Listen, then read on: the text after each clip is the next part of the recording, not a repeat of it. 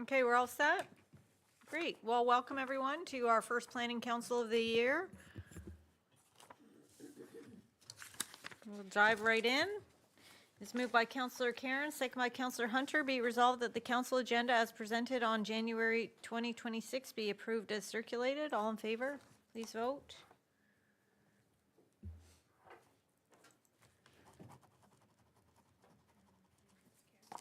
And that carries. Thank you. Are there any disclosures of pecuniary interest today, council? Okay, seeing none. Go over to Councillor Morphy for the land acknowledgement statement, please. Thank you, Your Worship. Through you, we would like to begin today's meeting by acknowledging the First Peoples, who for thousands of years before us were and are still the keepers and caretakers of this land, where we now live and work, and in particular the Chippewas of Brahma, Wata Mohawk First Nation, and the Moon River Métis. We're dedicated to honoring Indigenous history and culture and committed to moving forward in the spirit of reconciliation and respect with all First Nation, Métis, and Inuit people. We recognize all the generations of Indigenous people and their historic connection to this place, and we are grateful for the opportunity to gather here at this time. Okay, this afternoon, there are two public meetings scheduled for two zoning bylaw amendments, application number ZA 35-2025 and Hayes Land Holding, application number ZA 36-2025 for DT Holding, Inc.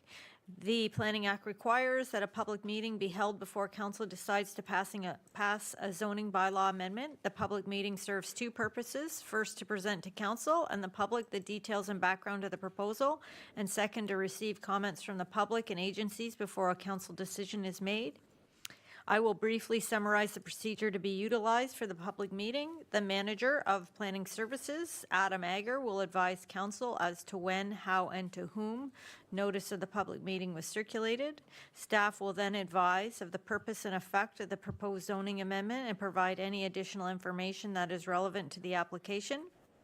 Staff will further summarize any correspondence on file. From there, the applicant will be requested to make a presentation, followed by questions or presentations from the public, either in favor or against the proposal. Council will then have the opportunity to question the applicant, staff, or anyone giving presentations. The proposed zoning bylaw amendments will then be considered by council later this afternoon.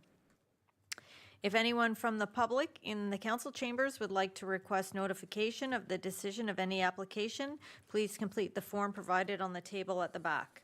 I will now ask the manager of planning services to advise when and to whom notice of the public meetings were circulated. Mr. Ager? Notice of the public meetings concerning the proposed zoning bylaw amendments were sent by first-class mail to the respective owners and assessed persons within 120 meters, that's 400 feet, of the properties subject to the proposed bylaw, and emailed to applicable agencies. Included within the notices was an explanation of the purpose and effect of the proposal, a site plan, and a key map showing the location of the property in accordance with the requirements of the Planning Act RSO 1990, Chapter P13. The public notices for the zoning amendments were also posted on the town's website under planning notices on the planning division page.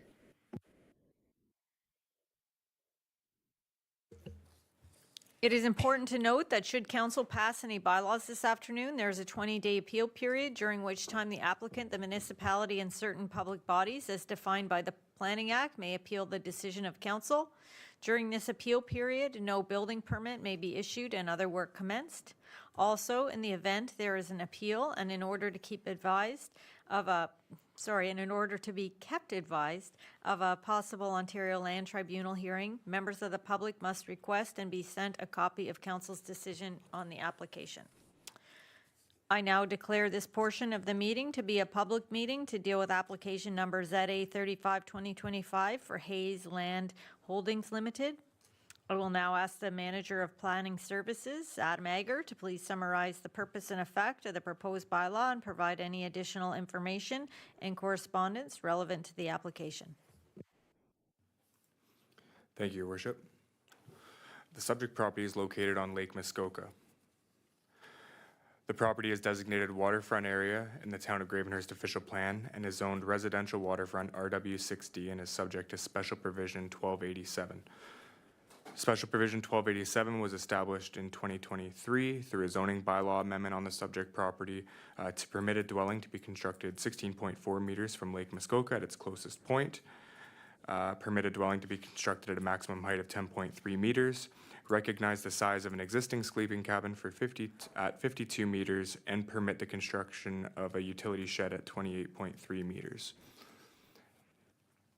Existing structures on the property include a dwelling, a sleeping cabin, which is legally larger than normally permitted through the aforementioned special provision, with an attached utility shed, 2 storage buildings, and the subject boathouse with a second-story sleeping cabin contained within it and supporting docks.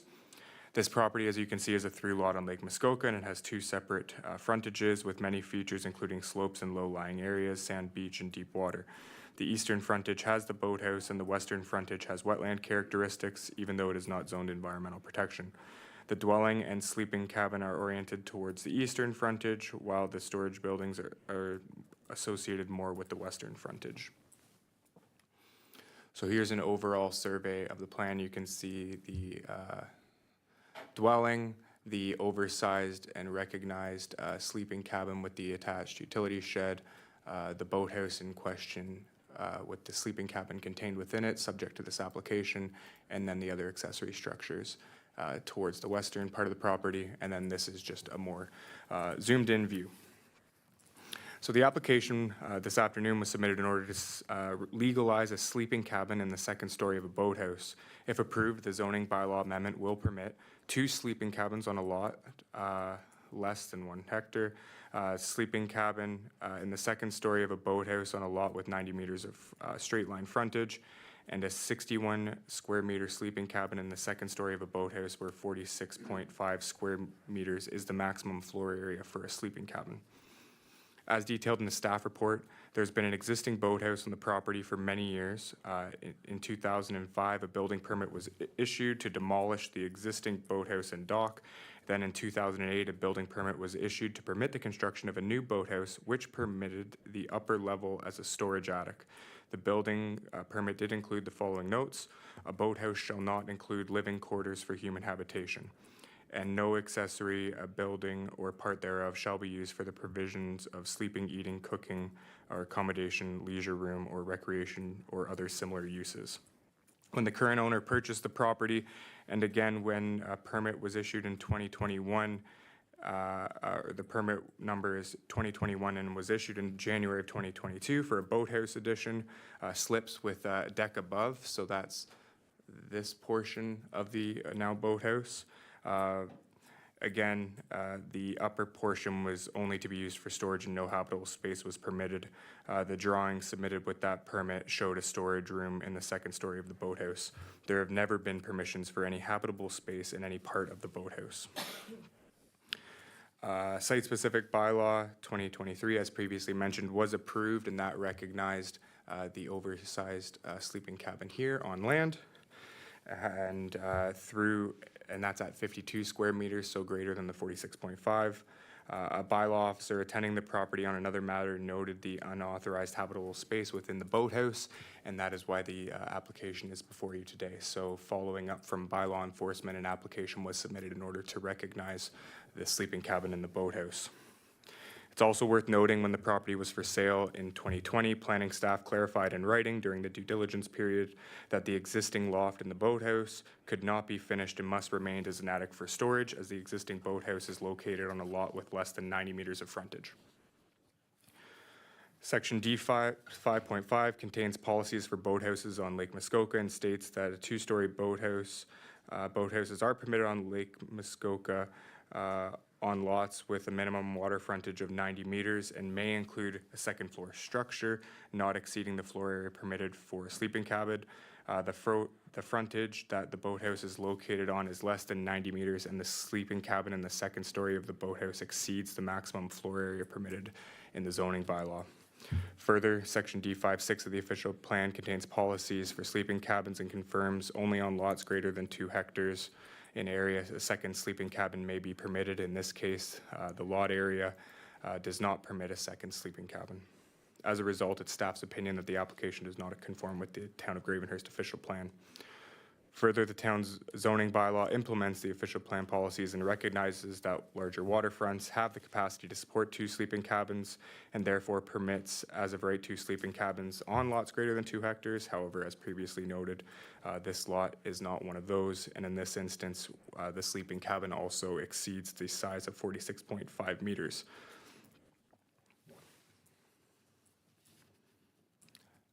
Actually, I'll move on to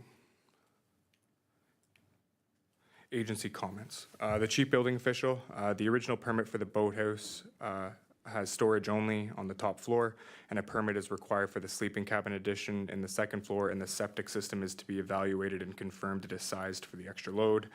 Fire and emergency services, no objection, subject to compliance with the Ontario Fire and Building Code. An objection was received from a resident on Lake Muskoka noting concerns with precedents and official plan conformity, which was established to protect the environment. Several letters of support were received from neighboring property owners as part of the applicant's submission package, and an additional letter of objection was received from the Muskoka Lakes Association. All comments have been provided and circulated to council for their information and consideration. Now moving on to site photos. So this is the boathouse present day. You can see that the expansion and the deck here in the foreground was that addition, and the sleeping cabin in question is to the rear. You can also see a staircase and a aerial path or bridge that leads to the cottage. This is the existing sleeping cabin that was recognized in the zoning bylaw in 2023. And then this is a view of the cottage. This is looking up from the boathouse. This is another vantage point standing on that deck.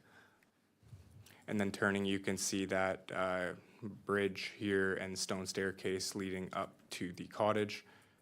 Turning around, this is the other view looking back at that. Looking under the bridge out towards the neighboring property, and you can see another boathouse in the distance. Another vantage point of the entire boathouse complex, again, benefited from attending the site multiple seasons, so you're not seeing snow in all photos. And then lastly, this is the interior finishings of the sleeping cabin in the boathouse. So as detailed in the staff report, it's staff's opinion, the application does not conform to the town's official plan, is not appropriate, and does not represent good planning.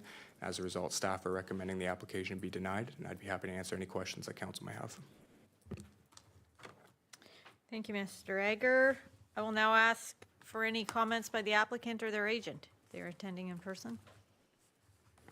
Please stand, approach the podium, give your name and full mailing address to the clerk, and follow with your comments.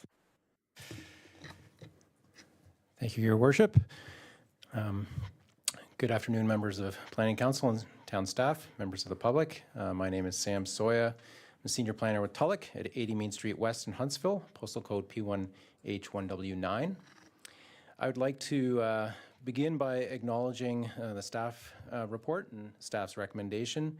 As outlined by Mr. Egger, it's the opinion of staff that the proposal does not conform to the town's official plan. On behalf of the applicant, and as outlined in the letter submitted to members of council early last week, I would like to request a deferral of consideration of the zoning bylaw amendment at this time. We accept staff's advice that the current application raises official plan conformity issues, and we believe that proceeding with consideration of a decision without either a revised proposal or an accompanying official plan amendment would be premature. In light of the staff report and public input, the applicant is actively looking into options to revise the proposal to address identified concerns, and if then still potentially needed, weighing the option of submitting an official plan amendment application to be considered concurrently.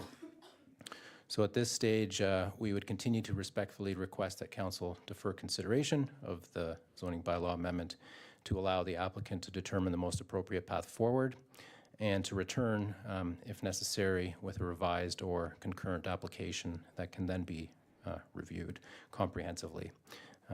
Thank you. I'm available for any questions.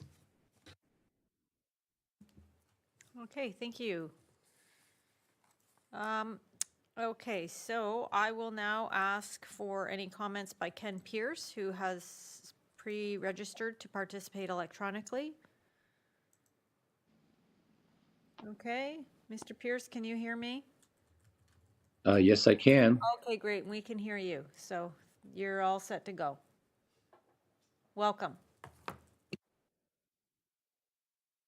Jim Pierce, I'm president of the Muskoka Lakes Association, 2232 Muskoka Road, 169, Gravenhurst. I would like to have a two-story boathouse as well. I would also like to have an oversized sleeping cabin in the lake. In fact, I'd even like to have a second cottage in the lake with a kitchen, bedroom, and bathroom. I think that it's a little bit disingenuous. The applicant has said in its letter that it could have built a bigger cottage, and that this is just more in the lake itself. And I think that's not recognizing that there is a significant setback. In fact, this is not set back from the lake at all. It's in fact in the lake. And why do we have setbacks? It's because of noise and light and intensity of use. This is not close to the lake, it's in the lake. The staff report, as was noted, thank you, Mr. Ager, the applicant knew very well that this was not permitted and went ahead anyway. I think that this is really just making a bit of a joke of the rules. Maybe there's the property was for sale for, it looked like close to 12 million and perhaps 14 million. Maybe this adds an additional million or two to the purchase price, and I just think that's not obviously what's intended to be permitted, and obviously the applicant felt it was worth the risk. I made a little bit of a mistake. I think in the letter we said that the owner owns some properties immediately to the west. It was the seller continues to own properties to the west, so I just want to make that clear. I think two other things that the applicant said was that adverse weather and allows protection from the weather when it's bad.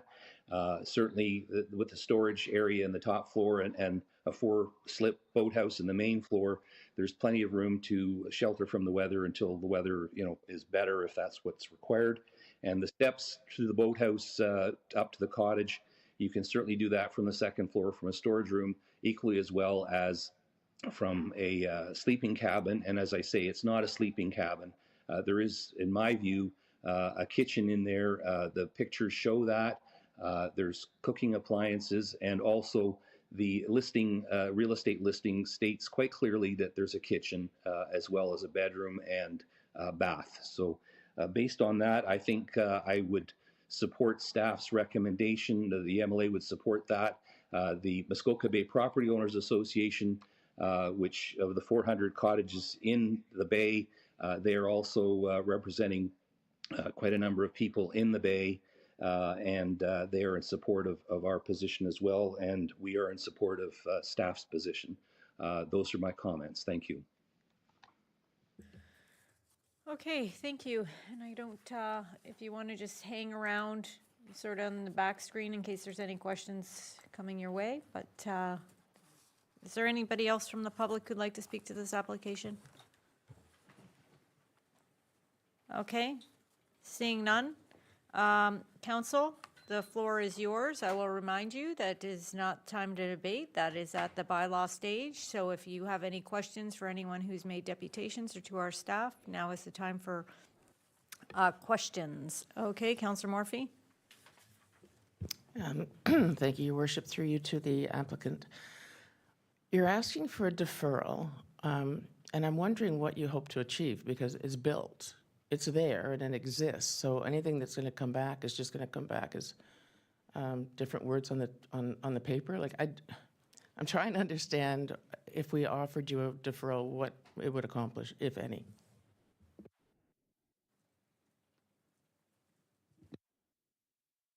Thank you, through you, Your Worship. So right now, it's been identified that the application doesn't conform to the official plan. So there is an option, on the one hand, for us to consider submitting an official plan amendment to address the nonconformity issue. And for then that, and we're also considering changes to the proposal. Exactly what those look like, that's being determined in conversations with the applicant. But we're listening to the staff report and from comments to see if there's a more palatable solution to what can be done with the second story. There being different components to what's in there and everything. So therefore, we're looking to see how we can address those, and then come back with a revised proposal, potentially, if it's necessary, also with an official plan amendment application, if it's still necessary after revisions are made. Okay, any other council members have questions for anyone who has given presentation? Councillor Jorgensen?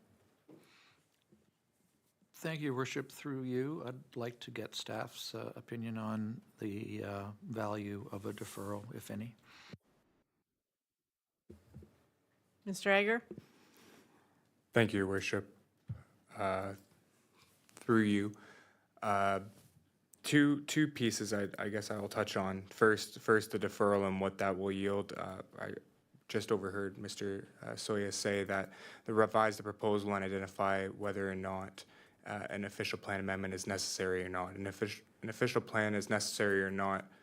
The only case that wouldn't be is if the sleeping cabins were moved. Right now, the official plan amendment's required because there's a sleeping cabin, a second sleeping cabin in the second story of a boathouse, and that's not permitted. So if the proposal doesn't involve removing that, then an official plan amendment is still required, and the appropriate justification for why that's appropriate will need to be provided. The applicant's agent at the time, I can appreciate, isn't Mr. Soya, provided the rationale for the time being, and we heard Mr. Pierce make those comments that the rationale for the application was to provide the convenient provisions for persons using the boathouse, the ability to seek shelter where boats are located in inclement weather, and the reduction in stairs required to utilize the existing deck. It's staff's opinion that that's not the appropriate planning justification, not only for the zoning bylaw amendment, but for the required official plan amendment, which staff noted from the onset of this application was going to be a requirement and was not applied for. It was not just uncovered at the time of writing the staff report. It was put on the table clearly from staff from the onset of this, that an official plan amendment was required and not applied for. The zoning bylaw amendment was not ever going to conform to the official plan in its current presentation, and the only option to no longer need the official plan amendment would be the removal of that that sleeping cabin in question, to which point I don't know that we'd even need the zoning bylaw amendment. We would just have compliance with the existing special provision.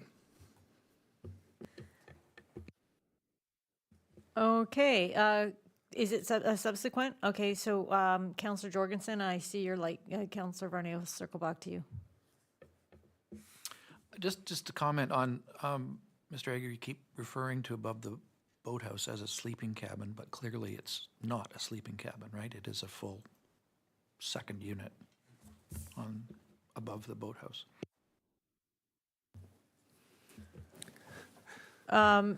I thought that, I'm not sure there was an answer there, but Mr. Egger?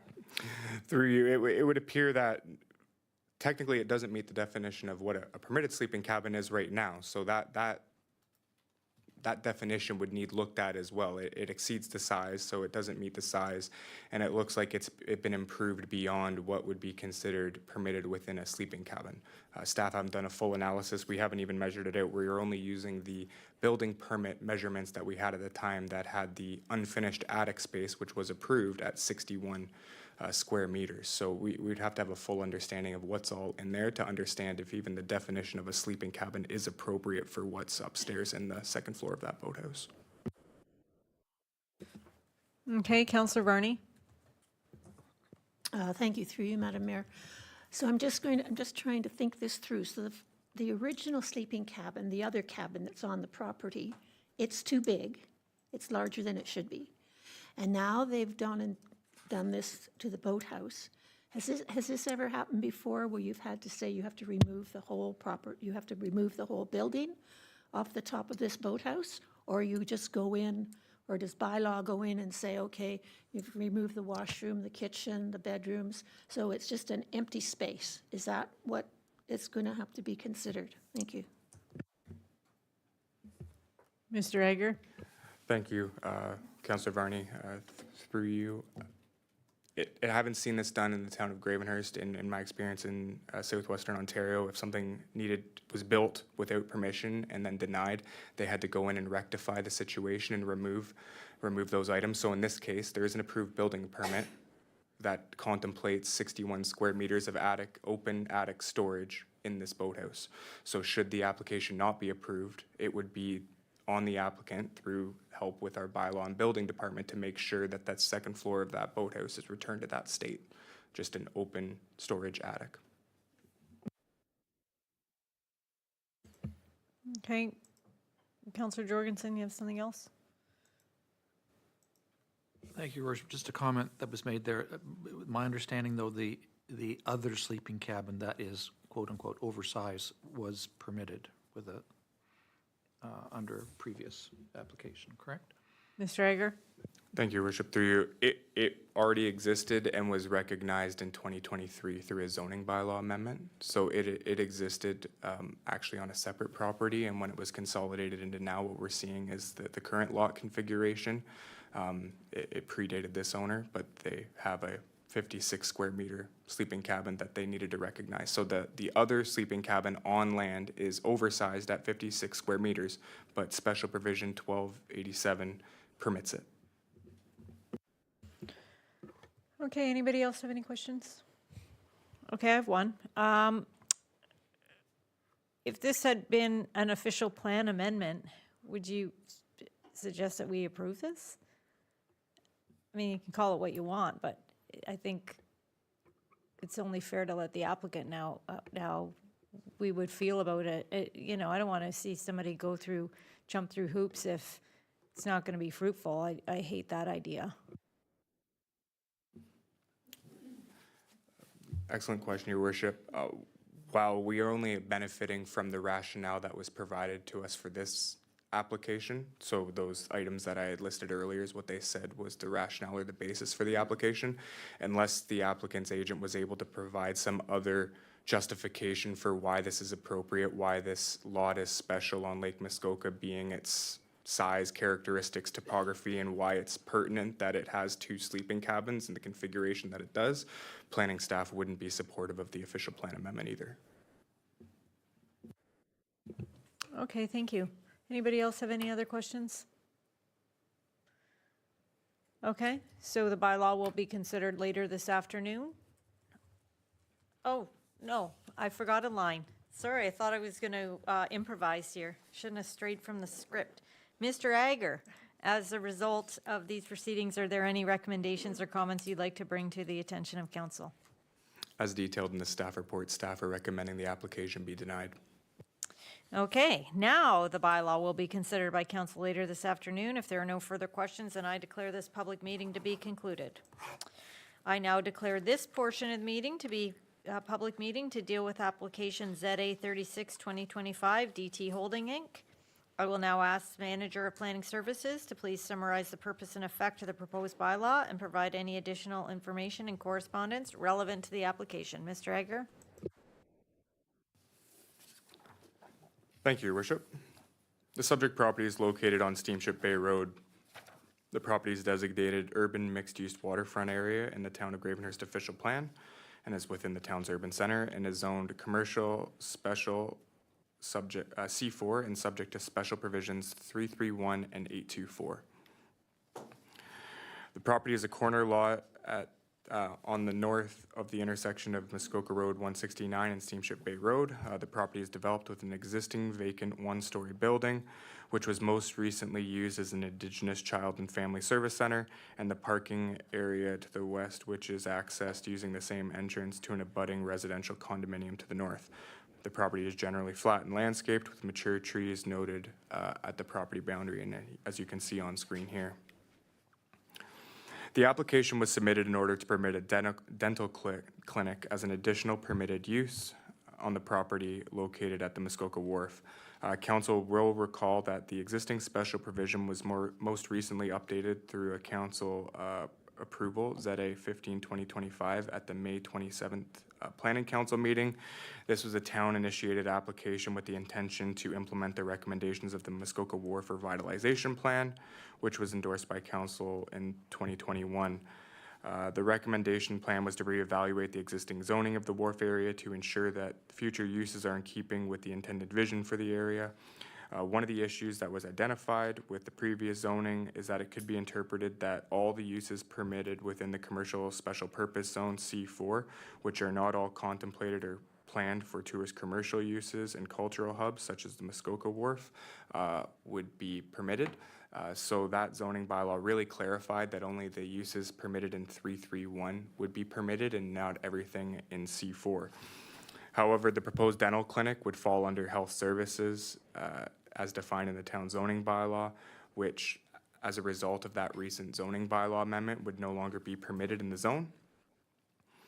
As a result, the applicant has applied to define and permit a dental clinic specifically instead of a health service use. This has been incorporated into a draft amending zoning bylaw to ensure that other health service uses are not permitted if this application was approved by council, and acknowledges the specific need for a dental use in the area has described in this application. With respect to agency comments, the chief building official had no objection. The deputy treasurer, no objection. The manager of economic development noted that the economic development department would not endorse the creation of another health service business within the wharf, as detailed in the wharf revitalization plan. And the goal is to limit and ultimately remove health services from the wharf to increase a business mix for more experiential offerings. The deputy fire chief, no objections, subject to Ontario Fire Code and Ontario Building Code requirements. Enbridge and the District of Muskoka had no objections, and 2 letters of support have been received at the time that the report was written. Moving on to site photos, this is looking west from Steamship Bay Road and the vacant side of the building, turning and then looking out to the intersection from the property, and then from in Steamship Bay Road to the rear of the property. And then this is down looking towards the Marriott and the Muskoka Discovery Center. And council will be familiar with this area, which also has a number of uses in that plaza that are no longer contemplated within the site-specific zone.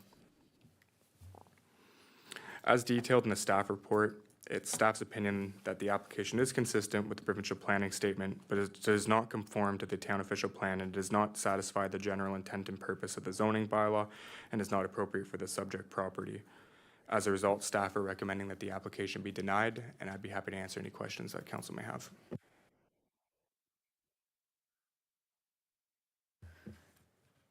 Okay. I will now ask for comments from the agent, Lauren Arsenault, from Morgan Planning. Oh, Hello, I am not Lauren Arsenault. no, you are not. Lauren Arsenault is my colleague. Lauren is actually joining us virtually today. Oh, okay, actually, you know why? Because we do we do electrical, I should have read it more fully. We do tend to go to the electronic comments first, so. But they're the same, so you go ahead, yep, that's just fine. Okay, thanks very much. Yeah, I'll be speaking today. Okay. If I miss something or misspeak in any way, then Lauren's here to correct me. Okay, perfect. So thank you for having me. My name is Josh Morgan. I'd just like to put my PowerPoint up, so I'm going to assume. Oh, okay, no problem. So I'll just continue with my introduction. So again, my name is Josh Morgan. I'm a registered professional planner with the firm Morgan Planning and Development. We're based in Orillia. We're a medium-sized firm. We do plenty of work all through Simcoe County and into Muskoka. I've been to your municipality multiple times before. It has been a while, though. There's been some renovations since the last time I was here, so thanks for having me. So I'm here today, as Mr. Ager mentioned, representing the owner of the property, it being 100 Steamship Bay Road, the owner being Dr. Doreen Tima. Dr. Tima is here with me today. Dr. Tima is a dentist, and Dr. Tima purchased the property a year ago or so? Last year. So within the last year, Dr. Tima did purchase the property with the understanding that that it was permitted to be used as a dental clinic. That was an error that was identified after she purchased the property. So, I'm not asking you to feel sorry for us, but that is the context here. So Dr. Tima then came to our office and asked us if we felt that we could support a zoning bylaw amendment. She'd been communicating with planning staff, and they had identified to her that a dental clinic was no longer permitted within the wharf area. And so after she gathered herself, she came to meet with us and asked us if we felt that it was appropriate to establish a dental clinic here, and whether we felt that establishing a dental clinic would conform with not only the district's official plan, but also the town of Gravenhurst's official plan, and we felt that it did. And so we prepared a planning and justification report, made the application, and that's why we're here today. I'm going to try to skip through a lot of my slides here because Mr. Ager's done a good job of presenting to council and to the public the property, but here we are on the corner of Steamship Bay Road and Highway 169. I'm sure everyone in the room here and probably everybody watching virtually is familiar with this property. It sits in a fairly high-profile location. Again, here you'll see the arrow on the bottom, the red arrow on the bottom screen, which shows the location of the subject property in relation to not all of the wharf, but some of the wharf, including medical offices, which are just sort of across the parking lot from the building within which Dr. Tima would like to establish her dental clinic.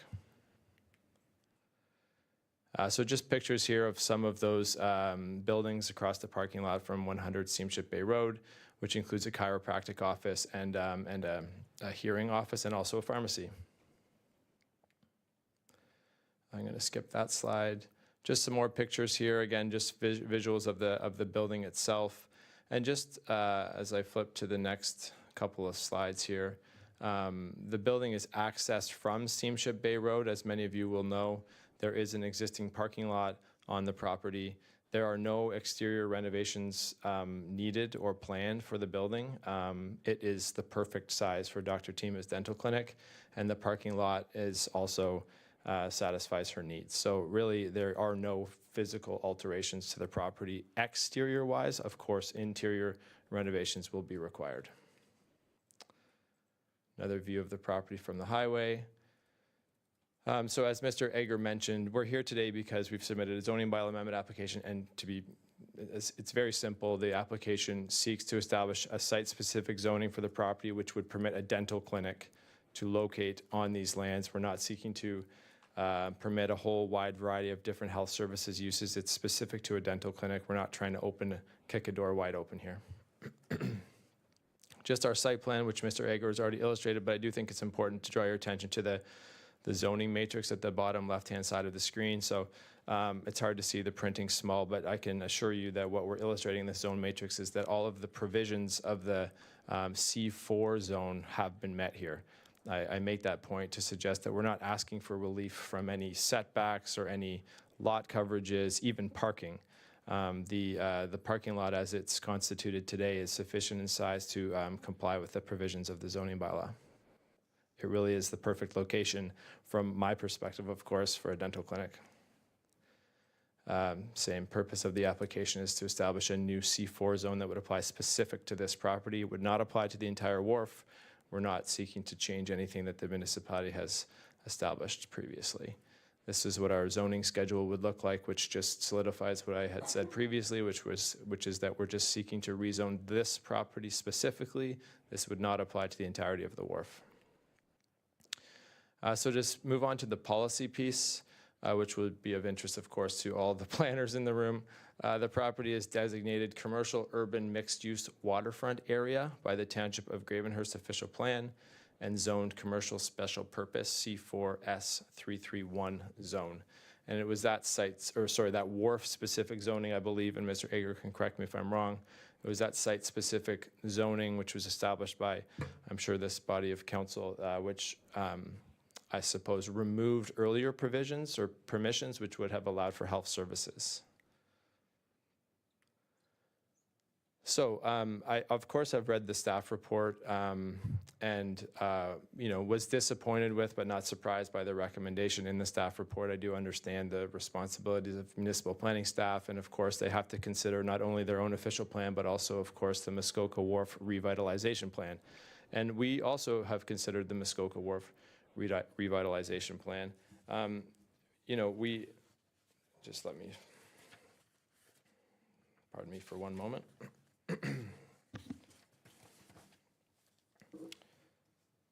So I think that generally speaking, we understand that the Muskoka Wharf Revitalization Plan, its overarching intent is to create a space that will draw tourists, but it's also to create a space that will provide services for residents, and it's also encourages the four-season use of the wharf area. So there is lots of language in the Muskoka Wharf Revitalization Plan which would suggest that this application was not a perfect fit, but in my opinion, there's a sufficient amount of language within the Muskoka Wharf Revitalization Plan which would support the use of this site for a dental clinic.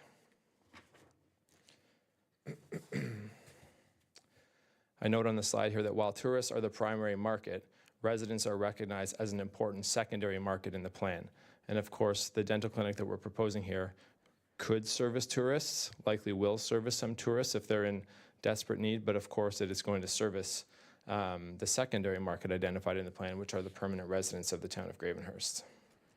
And in my opinion, adding a dental clinic complements nearby health-related services and helps create a bit of a health hub. I think that goes without saying for anyone that's visited the wharf recently. I find this map interesting. You'll see that the wharf plan has created these 5 zones and speaks to these 5 different zones. Interestingly, to me anyways, the property that we're here to speak about today, it is not within any of those 5 zones. It sits sort of beneath or to the bottom left of the 3. So why is that? Well, I think it's likely because this little pocket of grass with the building and the parking lot on it, it sits outside of the main sort of waterfront tourism component of the wharf. It sits separate and apart from that. So I believe that was likely intentional. It's not encompassed in those 5 areas. I will also note, which I should have done earlier in my presentation, that, and everyone around the table here will understand, this is surrounded to the north and to the west by residential condominiums. So, I mean, it's actually a perfect sort of complement to those, or for those people that live in those residential condominiums, in my opinion. I suppose I'm trying to say in this slide that, in my opinion, putting a dental clinic here, it does not fly in face of the intent of the waterfront revitalization plan. This is not a prime piece of dockside commercial space. So on to the boring stuff, our planning analysis, which is detailed extensively in our plan justification report. Of course, as any planner that appears before you, it's their obligation to consider the application within the interest of the provincial interest as outlined in the Planning Act. Also, the policy statements provided in the provincial planning statement.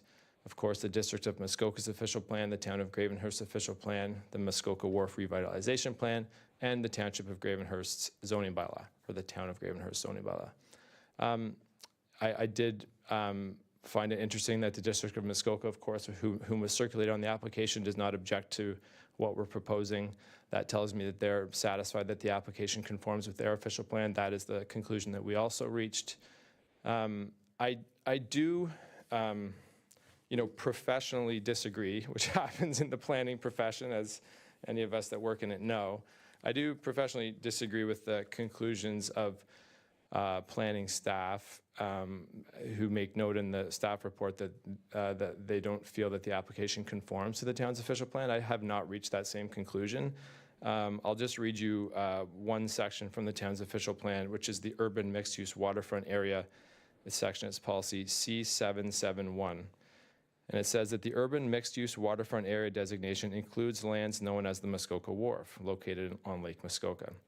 This area will develop as a mixed-use area, including a range of commercial uses servicing the residential and tourist markets, as well as medium and high-density housing.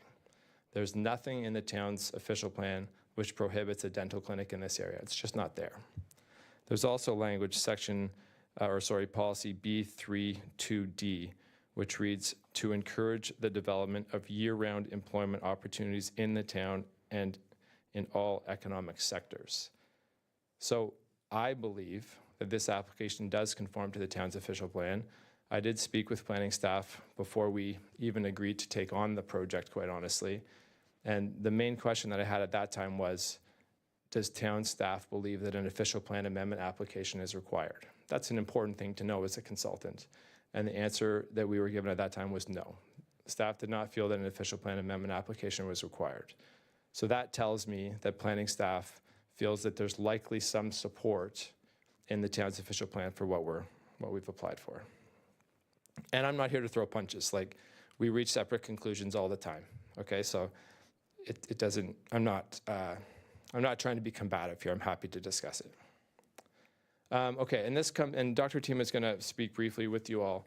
But Dr. Tima, before she decided to purchase this property, of course, as any business owner would do, needed to establish whether or not there's a market in Gravenhurst for dental. So she undertook 2 different demographic needs assessments, and the conclusions of both of those assessments were that there was a need in Gravenhurst for more dental. And I'll just bring a couple of statistics to life.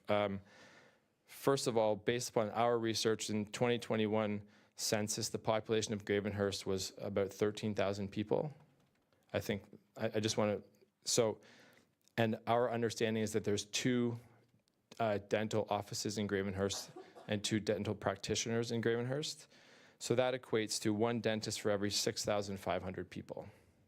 It's also understanding that the population of Gravenhurst is to increase by 2,000 to 3,000 people. I think it is by 2036. So we're at about 13,000 now. It's going to go up to 15,000 or 16,000. Right now we have 1 dentist per 6,500 people. If Dr. Tima is permitted to open her dental clinic in Gravenhurst, that would be 1 dentist for every 4,300 people. So we're dropping that number. And speaking with Dr. Tima, and according to our research for the Ontario Dental Association, a dental clinic services approximately 2,500 to 3,000 customers. So that's making significant headway in addressing the shortage of dentists in your community. I think that's it for me. I won't go through my concluding remarks other than just to say thank you for having me. We feel this application is appropriate. We feel that this use of a dental clinic is certainly compatible with the adjacent land uses. We do understand the Muskoka Wharf revitalization plan, but in my opinion, this does not fly directly in the face of the revitalization plan. I think you can still have your plan and have a dental clinic on the wharf. If you would allow Dr. Tima just to introduce herself, and then we'll stop taking up your time. Thank you. Okay, come on up. Good afternoon, Mayor and councillors. My name is Dr. Doreen Tima, and owner for DT Holding, Inc. Thank you for the opportunity today to talk. And I appreciate your time and consideration as I present my vision for bringing essential dental care service to Gravenhurst. I just want to say something like very casual thing. I love this city. I come here usually in summer, and I fall in love with the city, and I felt it has a part in my heart. So I went one day home and I did my own research to check about this city specifically. So I chose Gravenhurst very intentionally before making this decision. I studied the availability for dental care in this region. So Gravenhurst is a growing population, and I felt I want to help this population for this growing, and I want to be a part of this community. I practice dentistry in many practices, busy practices around Ontario. And as a healthcare provider, I believe access for essential oral health service should be local and convenience for everybody here. So my goal is to establish a full service clinic to offer prevention care and emergency treatment as a specialized dentistry services, which include sedation, orthodontic, and cosmetic treatment. I also see Gravenhurst community with a long-term growth potential by investing here, hiring a staff, and operating modern healthcare facility. I am aiming to contribute to both health and economic development in this town. This is not a short-term project, it's a long-term commitment to serve the community. Thank you so much. Great, thank you for your remarks. We like it here, too. Okay, that brings me to members of the public. Are there any members of the public who would like to speak to this application? Okay, I'm seeing none. Council, again, just a friendly reminder that this is for questions for people who have spoken and to staff. There will be time for debate. We do have a couple reports on this planning agenda, but we will get there. So I will go to Councillor Cairns first. Thank you, and through you, Your Worship.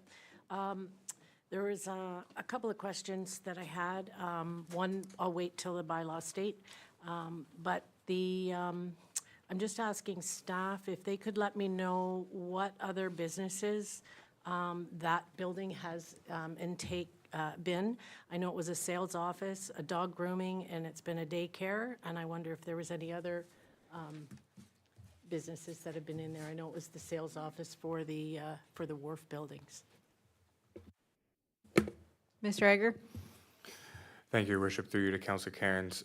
Most recently, it was the Indigenous Children and Family Services building, and prior to that, I believe you listed a number of other businesses. To my knowledge, that's what's been there. I don't know of any other businesses. Okay, Councillor Johnston? Thank you, Your Worship. Through you, I will take your suggestion, and I have a very friendly question for Mr. Agar. It's very friendly. Just remind me, Mr. Agar, you did refer to it, the history of the health businesses that are opposite in that area. Were they there prior to the zoning? They're an existing use. Just what's the history there? Because in my opinion, this is a comment, but in my opinion, the suggestion that was made, I think, by the applicant that this really is outside the boundaries of the wharf revitalization area. It may not be technically, or may not be officially, but technically I think it is. It's just on the boundary. But in any event, there are health services on the opposite side of the road. They're legal uses. So just remind me, if you don't mind, Mr. Agar, what the history is there with those services across the road. Thank you. Certainly, through your worship to Councillor Johnson. Thanks for the question. So Council may recall last year in May when we did the housekeeping amendment, we examined the zoning at the wharf in general, and there's a number of different special provisions that was established when the wharf was first contemplated. So special provision 331 C4, special provision 331 was already on the subject property and surrounding lands, and it contemplated a number of uses, but the way the bylaw wording was written wasn't that, so I'll just read the list here. Currently, right now, you're only permitted an art gallery, a beverage brewing and distilling, commercial entertainment, commercial recreation, craftsman shop, marketplace, museum, place of assembly, restaurant, retail store, tourist establishment, watercraft launching facilities, waterfront mooring facilities. Obviously, you can't have mooring facilities there because this is a landlocked parcel. So you can imagine that this special provision applies to a large area of land, and these are the types of uses that we wanted there. When that bylaw was originally written, it wasn't explicitly clear that only those uses could be permitted there. So the interpretation at the time was you also got everything that was permitted within the C4 zone, which allows for health services, professional businesses. That's why, you know, we have accountants and other types of businesses down at the wharf as well as health services. So through the wharf revitalization plan and feedback that we received from the public, we took a look at cleaning up that zoning and making sure the zoning bylaw was abundantly clear that only that list was permitted and the other uses within the C4 were no longer permitted. So those businesses that are currently there benefited from the interpretation that you got that list plus everything in the C4. This is obviously a case of unfortunate timing. Had the applicant owned the property prior to us going through the exercise in May, they would have been able to start up their business. In saying that too, the question about it not necessarily being in the wharf, one could argue though, this is a very prominent corner. It's the entrance to the wharf. The uses that we envision and contemplate for the area, this is the first thing when you make that turn off 169 that you're gonna see, and in keeping with that vision in the wharf revitalization plan. So I can appreciate the comment, but that's the history, is before you got everything in the C4 zone plus the list in the special permissions. Now you only get the list and the special permissions and not the benefit of everything in the C4 zone. No problem. Okay, Councillor Varney. Thank you, through you, Madam Mayor. So it's almost as if the retail starts down where Boston Pizza and all that area, Director Agar, and then we jump over all these health services, and then we're going to have another retail, which is really unfortunate, I think, because it seems as if people are not going to be aware of if it was retail in that specific spot. So I'm just wondering, what was the thought process in that? Because those health services were already there. And it just seems to me like it's an afterthought. I don't know if that's a question or whether it's just a thought, but.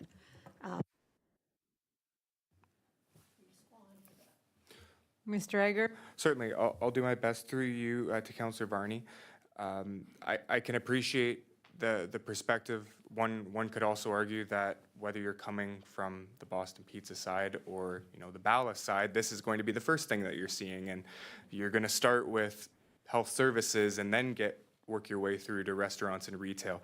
And unfortunately, as we all know with zoning, unless we own the property and we're in the business, we don't actually control what goes where. We just provide a list of what's permitted in a general area, and then it's up to business owners and property owners to establish those uses. So that's why we have a wide list of what we envision for the area, and those other health services benefited from the broader interpretation of having more of a range of uses, and that's why they established there. Going forward, our vision is that it's only those on the list, and on a case-by-case basis, maybe there's opportunities for that to be expanded or changed in unique circumstances. I know we explored opportunities for only having these types of uses maybe on the second floor of buildings, and keeping the ability for ground floor retail and restaurant type uses to still encourage that tourist commerciality. But the reality is we set the zoning framework and the permitted uses, and we don't necessarily control where the businesses establish if they're within the permitted uses. And at that time, that was within the permitted uses.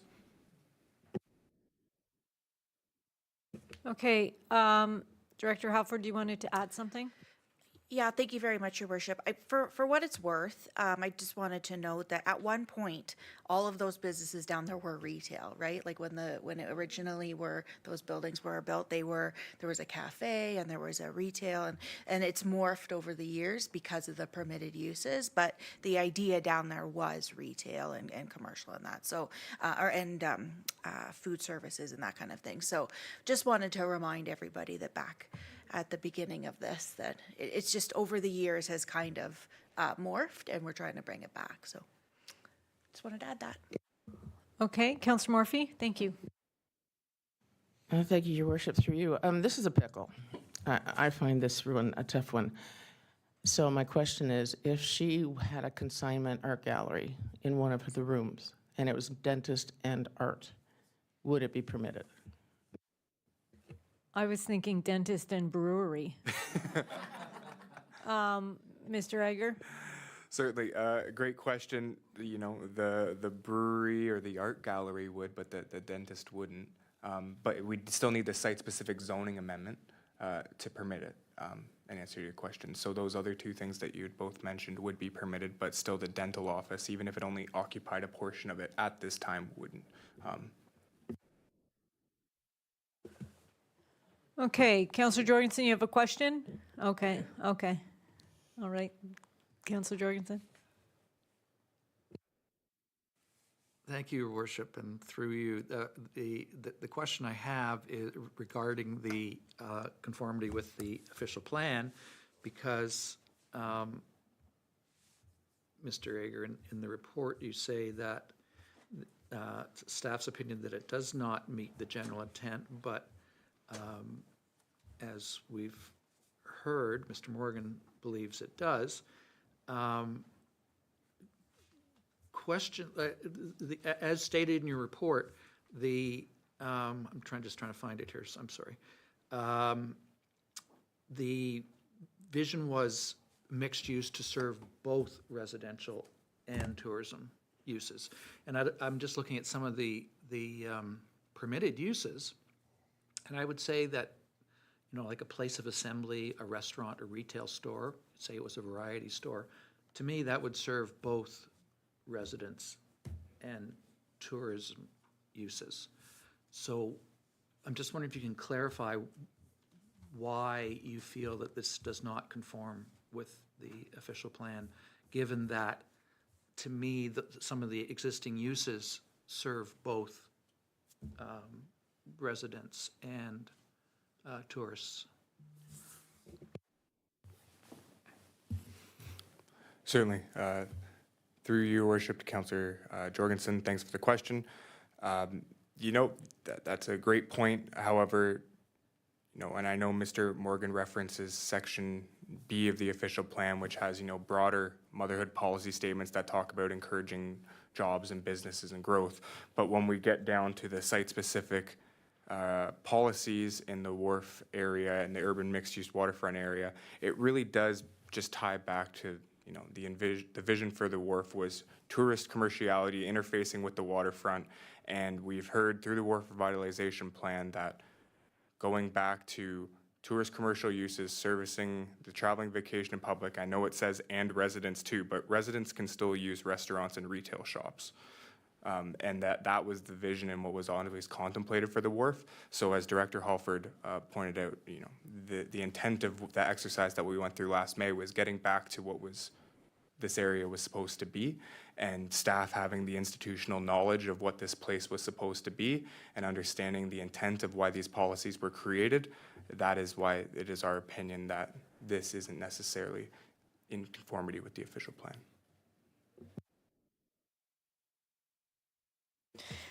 Mr. Morgan has put up his hand. I mean, I don't really want to get in a back and forth. I think you and Mr. Ager disagree. And that's fine. You're permitted to do that, but not sure we need to drag it into a debate. But if you have a different opinion, I don't know if you would ask the same question, Councillor Jorgensen, as you are permitted to ask the person who's given a presentation. So do you want to ask them the same question, or? Let's do the Jeopardy way. Do you want to put it in the form of a question that Mr. Morgan can answer?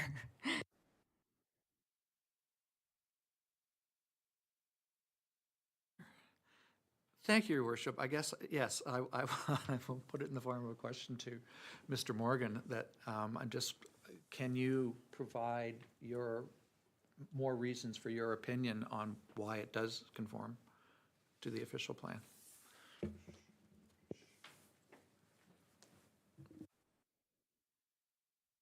I'll be brief. So, I mean, reading official plans, they're written in a more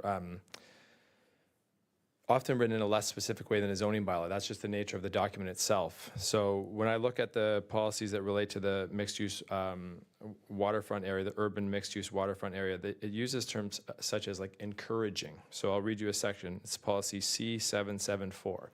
I'm using this as actually supports Mr. Ager's argument, but also my own, I believe. So C774 reads that water-related tourist commercial development that takes advantage of the locational characteristics of the waterfront will be encouraged. So yes, we understand what the municipality is encouraging here, but it's encouraging.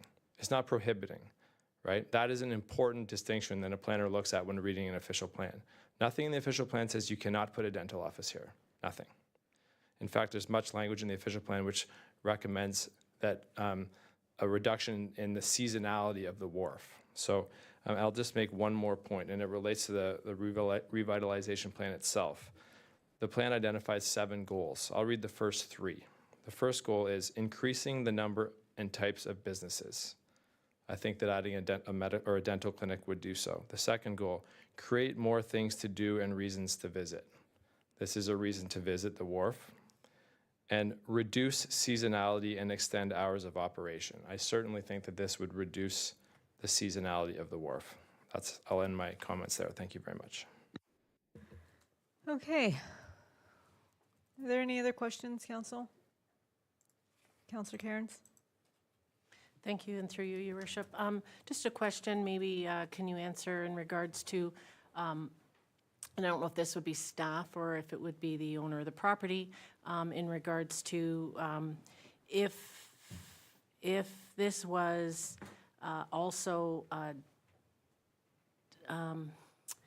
can't think of the name of what it would be, like if someone wanted to have a crown put in or something like that, is that not considered a special service? I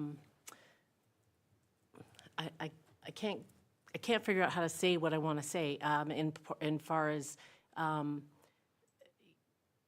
the dentist would be doing specialty services, and she also mentioned that would be open to the tourists as well. And I listened here and just heard him say, you know, it would bring people to the wharf.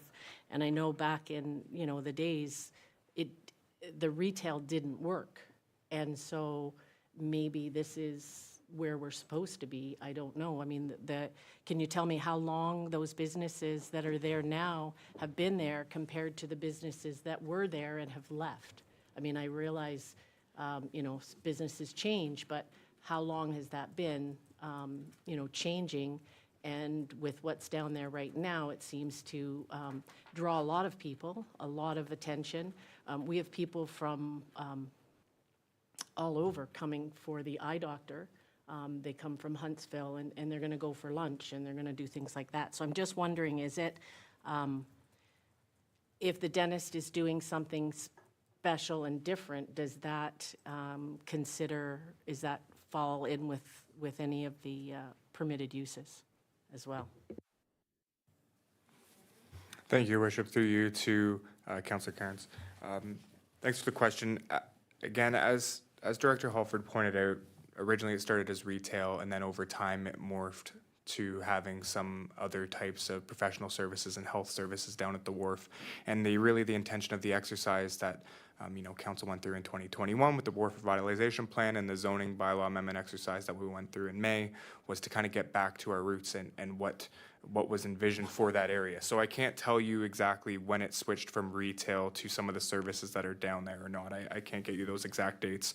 What I can tell you is the dental clinic or the umbrella, as noted in the staff report, it would technically fall under health service use, which in C4 would have been permitted. So again, pre-May of last year, with the broad interpretation of the zoning bylaw, it could have been permitted. Now it's being more defined, and the applicant's agent, Mr. Morgan, has agreed to specifically, in the special provision in the draft bylaw that's before council, permit a dental clinic only. So should the dental clinic, in 10 years, 15 years, 20 years, hopefully it does well, should the application be approved, but should it no longer operate, only a dental clinic can be there, not another type of health service can go into that business. So there's still some control in the permissions that are there. It's recognizing the business that's being proposed, and it's my understanding that the zoning as drafted will meet the needs of their business and their offerings. However, it won't open the door, should there no longer be the dental practice there, to then have another type of health practitioner go in there that isn't a dental clinic. So it still then provides some control, and then the longstanding list that is contemplated for the area would still be permitted as well. Okay, any other questions? All right, Mr. Agar, as a result of these proceedings, is there any recommendations you would like to make to council? Your Worship, as detailed in the staff report, staff would recommend the application be denied. Okay. The bylaw will be considered later this afternoon by council. I now declare this public meeting to be concluded, and I am going to ask that we do take a 5-minute break before we get into we have a number of reports today, which is unusual for a council meeting. So be back here at 4:15, please.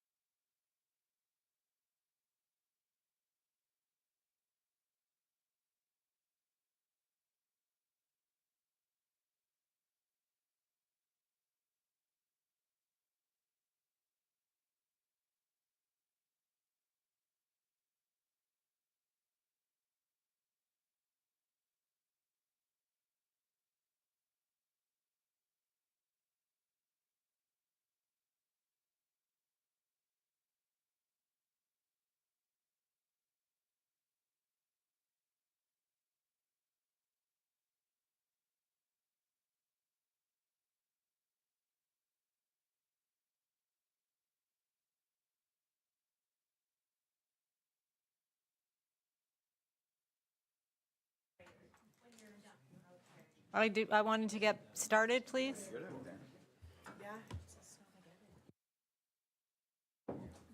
Okay, welcome back.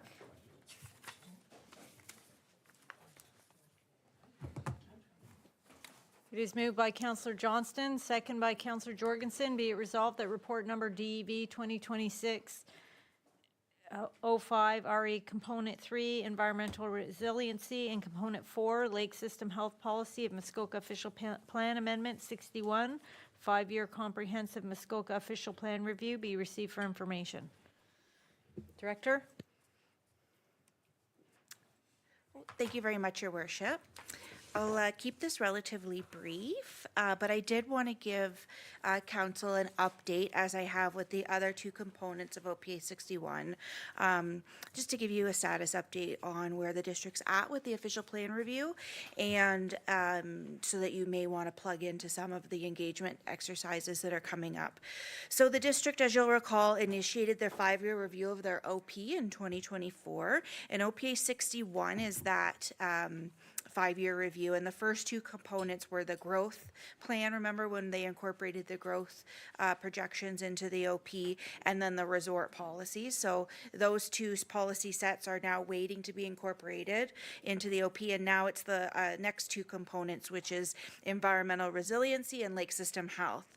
So as it relates to the environmental resiliency component, this was informed by the, I think it was like 15 different projects that the district initiated under the IWM initiative, through largely through that funding that the province gave them for these projects, and the largest deliverable out of that was the flood hazard mapping, which we've talked about before.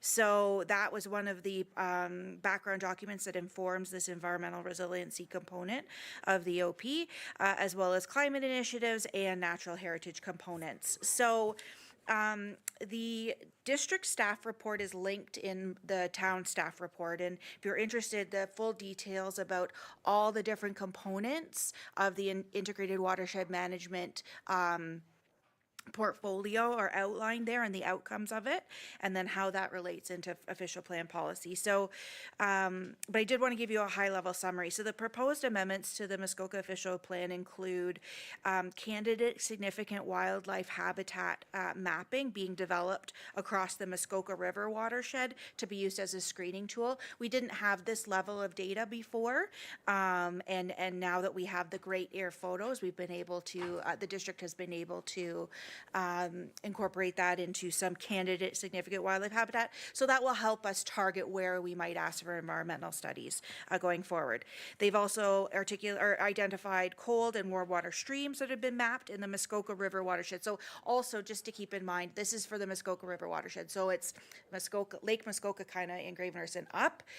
Most of Gravenhurst is in the Black Severn River watershed, but for a large, almost half of the community, that this is the data that we have for there. Existing species at risk policies have been streamlined and updated as per the changes to the Endangered Species Acts. Updated mapping of public water access points is now available, and resulted in policies to provide guidance to the area municipalities on future access points, as most water access points are within municipal purview. Better incorporation of integrated watershed management principles into the vision, goals, and objectives of the OP. The evolution of policies driven by sustainability and resiliency. To resiliency, sorry. So the new term is now resiliency, and it's kind of replacing the more outdated term, like that's so 2016, calling things sustainable, and now it's resiliency. I'm joking, but this is where the thought process is going.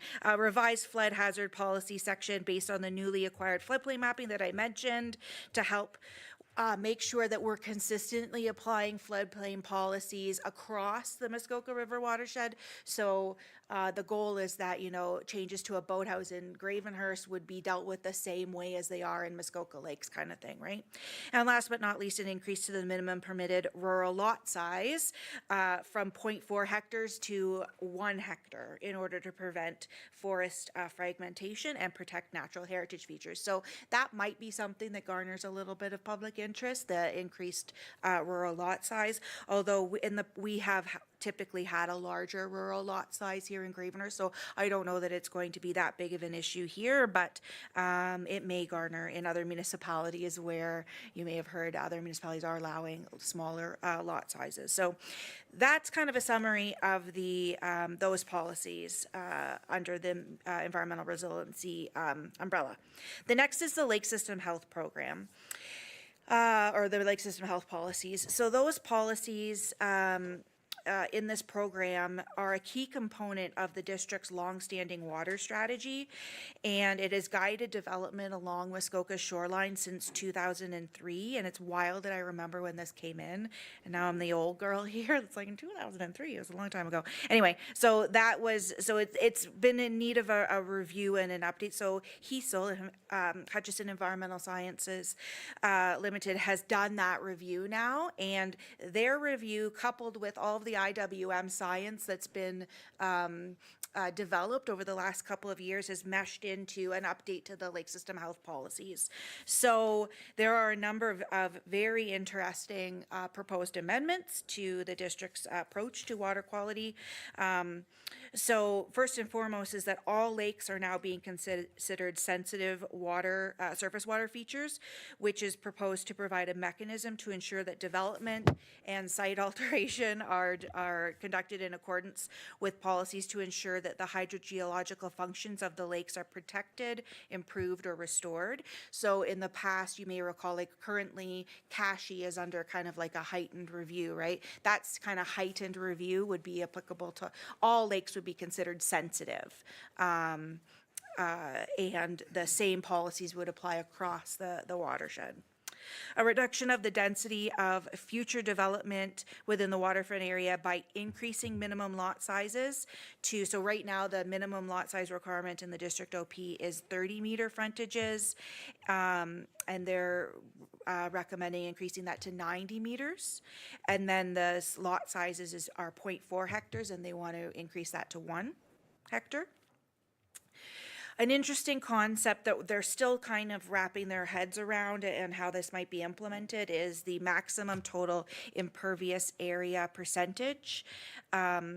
Is also planned to be established to help mitigate the impacts of stormwater. So on a lot, there'd be a cap on how much of your lot could be impervious cover to help ensure inflow, rainwater inflow and not runoff.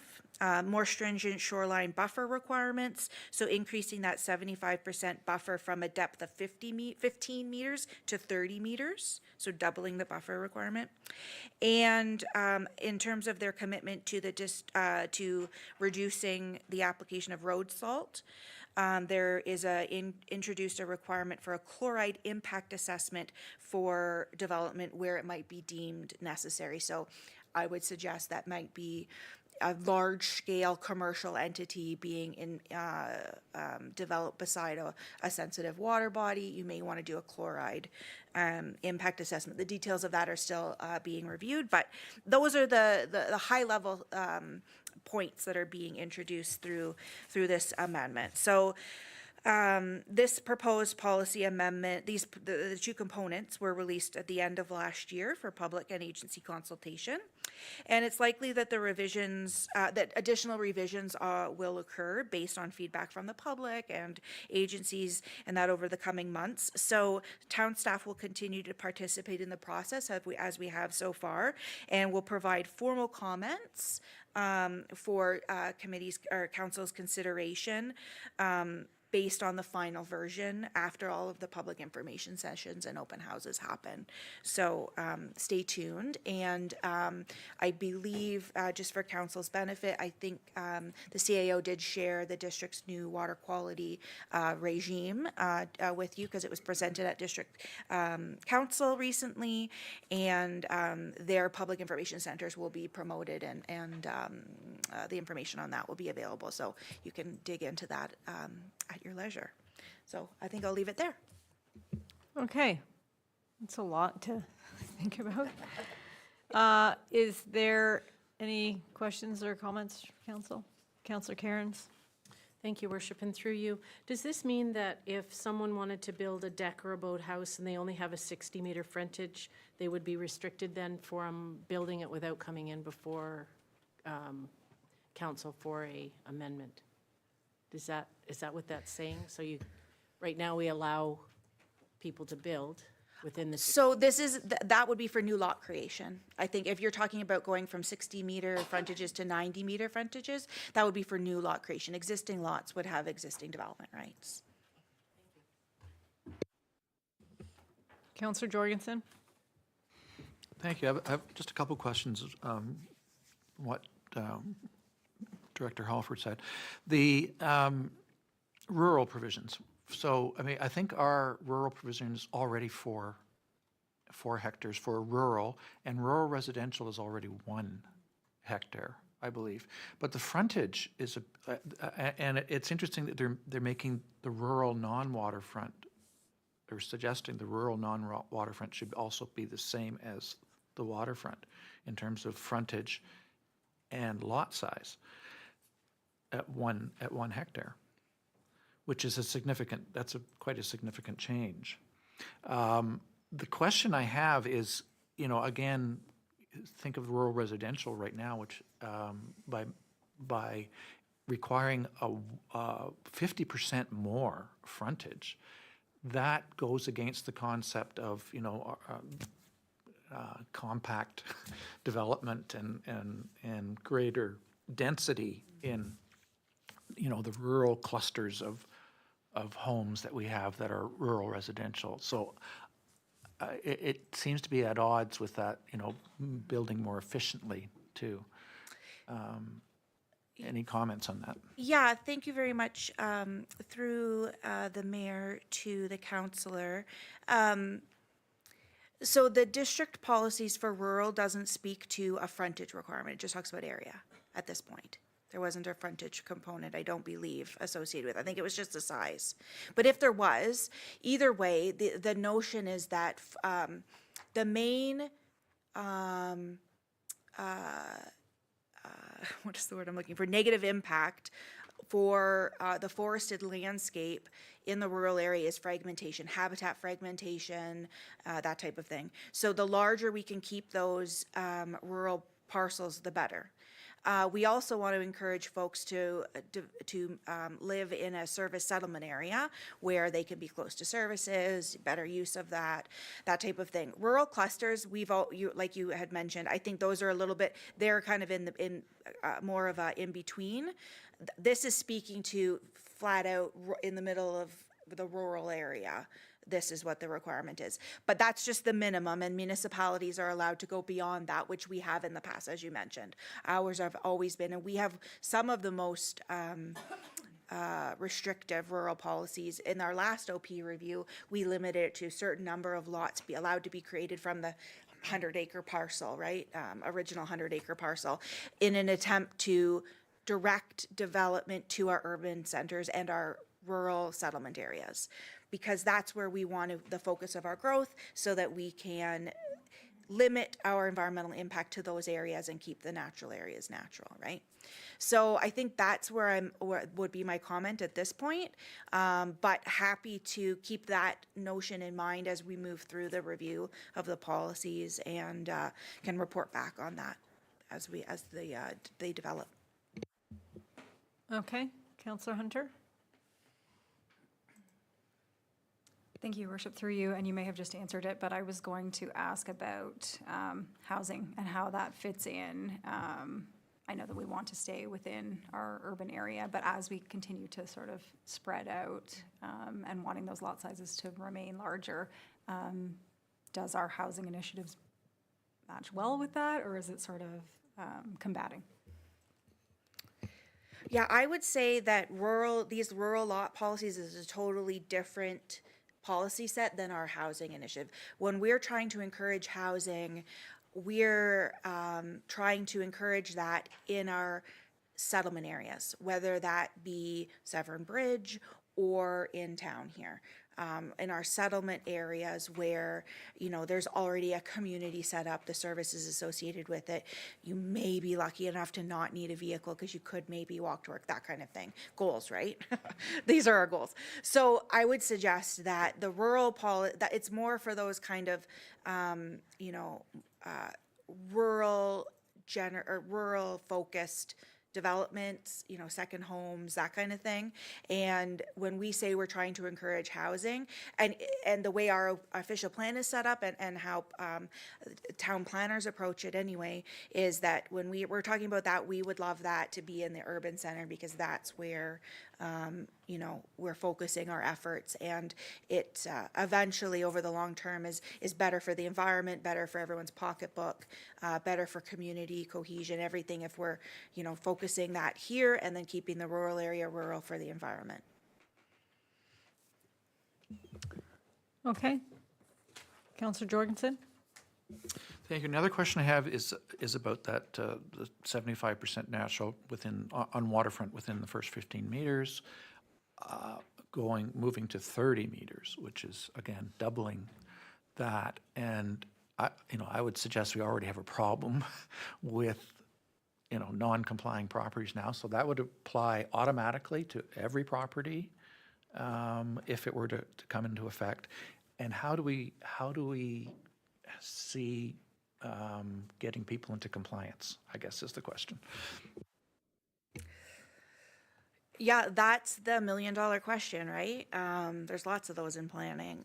So it would apply to, in particular, new law creation, but anytime a new application comes forward, we would look at that as well. So it would be something under redevelopment we would look at. So the applicability of that is definitely something that has been voiced by staff to the district, that that is a very big change, right, and how that would be enforced. The idea is that through site plan agreements like we do them now, that would be the tool, and luckily we have it back, site plan control for the waterfront area. We have that authority back, so it puts even more pressure on the enforceability and the enforcement of our site plan agreements. They will be the most important tool in the implementation of those, that shoreline buffer, and making sure that they're there, and if they're not there, then, going through the enforcement process. So I don't know, Mr. Egger, did you want to add something to that as well? Sure. Through your worship, if I may, to build on Director Halford's comments. The other thing to keep in mind too is Gravenhurst already has more restrictive rules in place right now. We're at 20 meters instead of 15 meters, so we're going from 20 to 30 at 75%. So as Director Halford pointed out, when we receive planning applications, and everyone around this table has seen them, someone could be looking for a minor addition to their cottage, but the shoreline development is way out of whack, and we work with them through site plan agreement. If it's a minor variance, we have the option to provide conditions to a variance. So we have a number of different planning tools we can use to make sure that revegetation happens. And typically we work with a lot of the same designers and applicants and agents, and they come to us now with their application saying, I know I'm going to have to replant.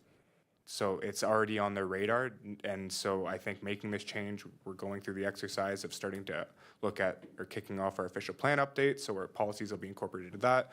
It'll trickle down to our zoning bylaw, and through that it will be business as usual, except the number will now be 30 instead of 20, and we'll be continuing to improve every shoreline that we can when applications are made. Okay, any other questions? All right, so there is a question before you. I don't know if you want to put it up on the screen, Madam Clerk. Thank you. I'll ask you please to vote.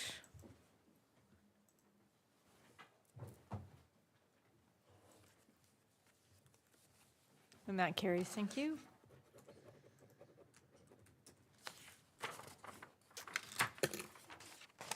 Okay. Next, it is moved by Councillor Morphy, second by Councillor Robinson. Be it resolved that report number DEV 2026-06, recommended changes to town's planning fees be received for information, and that Schedule 1, Section B1 of bylaw number 2025-69, user fees and charges to be amended per the recommendations contained in this report. Director? Oh, Mr. Ager. Thank you, Your Worship. I'll be brief. Council will recall back in November, planning staff brought forward a report. Also, at that meeting was the awarded consultant of the planning fees review RFP, BMA Consulting, who made a presentation to council, presented the findings of their work and their recommendations. At that meeting, administration was directed to bring back a report in Q1 with recommendations and the updated planning fees. Before you is that report with our recommendations. I'd be happy to answer any questions you may have. Okay. It was quick, but good, good, yeah, it's in the report, yeah. So are there any questions? Again, I think we dealt with the meat and potatoes of this in November. This is just dotting the i's and crossing the t's. Okay, so I'll ask you to please vote.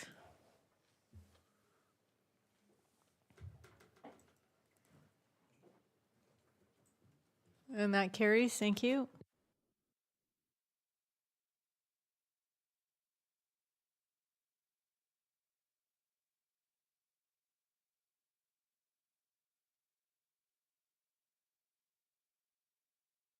Moving right along, where it's moved by Councillor Strang, second by Councillor Varney. Be it resolved that the report number DV 2026-07, RE Federal Rural Development Action Plan consultation be received for information, and that council directs administration to submit this report as the town's official response to the survey. I'm going to go over to Ms. Taylor, Manager Taylor. Thank you. Thank you, Madam Mayor. So this report is brought for your information, and ultimately we're seeking direction to submit responses. High level, the federal government has been looking into public consultation around their economic development plans.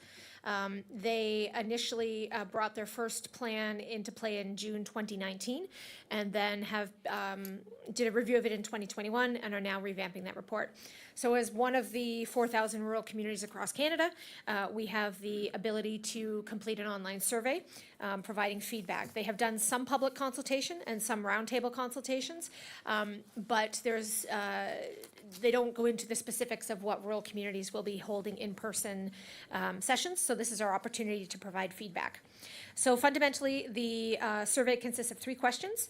The first one being, how can existing federal initiatives be improved to better address the unique challenges that are faced by rural communities? So the economic development team, Jennifer Brockett, Ellen Selby, myself, Director Halford, we all met and had a review of existing programs and services that we have accessed, and then also reached out to some other members of the corporation who have accessed other grants and programs such as fire and emergency services, and have put together a summary of our responses to these questions.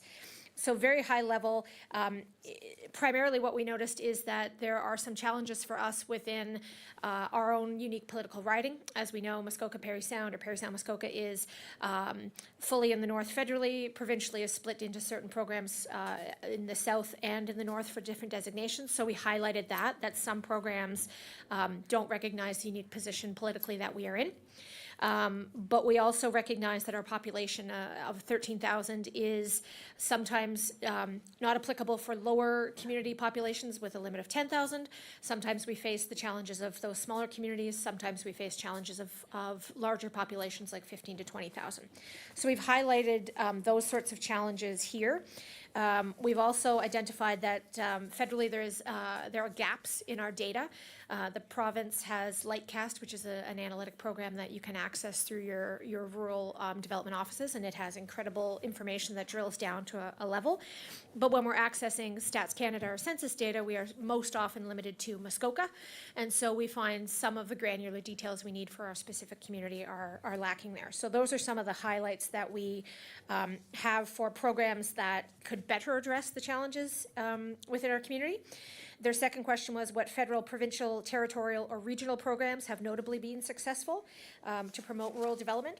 So of course, we highlighted, we have been very fortunate and lucky with several programs across the federal government. Most notably, FedNor, we have accessed for community beautification, for tourism, for internships, for marketing.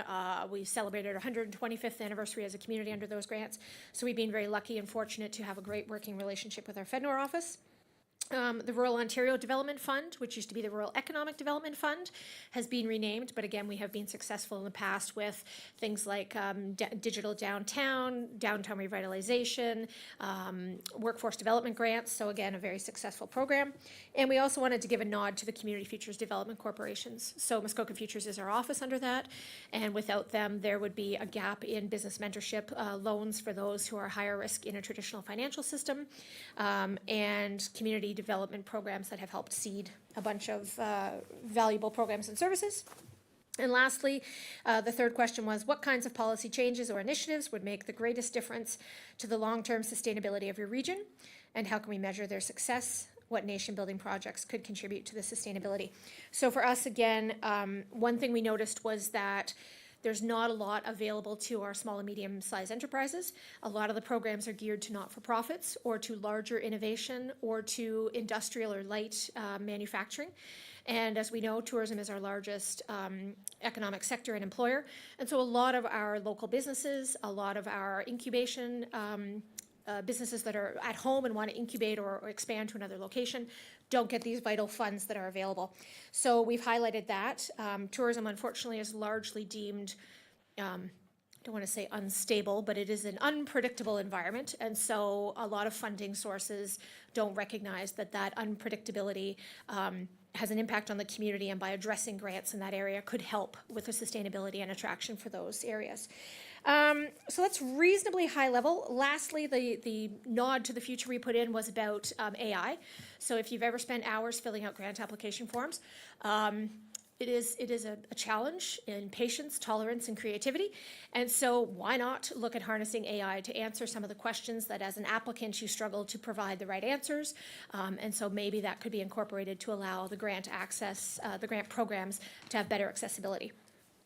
That's very high level, but if you agree with those, we would be happy to submit this on behalf of the town as the official response. Submissions are due by February 6th, so that's why we have a bit of urgency around this. And obviously, there could be other opportunities for additional consultation if needed. Blazing quick, if you have any questions, I would be happy to answer them. Okay, again, an awful lot of information. I mean, the report was very thorough and like a lot to take in, but thank you for your somewhat concise recap. And I will go over to Councillor Hunter. Thank you, Your Worship, through you. So what happens after February 6th? What is the next, like when do we plan to hear back, or what happens next? Sure, through you, Madam Mayor. So there will be ongoing consultation in 2026. I don't want to say as per usual, but there has not been a firm cutoff date yet for those consultations. Essentially, the plan at this point is the federal government will take in the survey results, have some more consultation to address the gaps that may come up, and they ultimately plan by the end of the year to have a draft action plan out for review. So nothing firm, but theoretically, within the next 6 months, we would hear something back as to their consultations. Okay. Anybody else have any questions? I have one. I mean, one of the things you hear all the time in municipal circles is that municipalities are the creature of the province. I think that sort of is one of the things that should be recognized is that most of the things that we need support from are funded down from the federal government and then to the provincial government for them to disperse. And does that work? Is that working? Or would we like to have more of a, a straight line to federal funding? I realize that that's pretty basic, but from my standpoint, sometimes the municipalities, and I'll think of, we do housing at the district level, but we hear from people in this community that they would like to see the town do more in the way of housing and things like that. So how do we get a straight line to the federal government? I realize I'm asking to upset the whole apple cart, but I think sometimes that is worth saying anyway. If I could give you a straight answer, I would also predict the lottery numbers for this week. But I do think there is a recognition that there are proper channels and procedures, and we're not going to see a change to those communication lines changing anytime soon.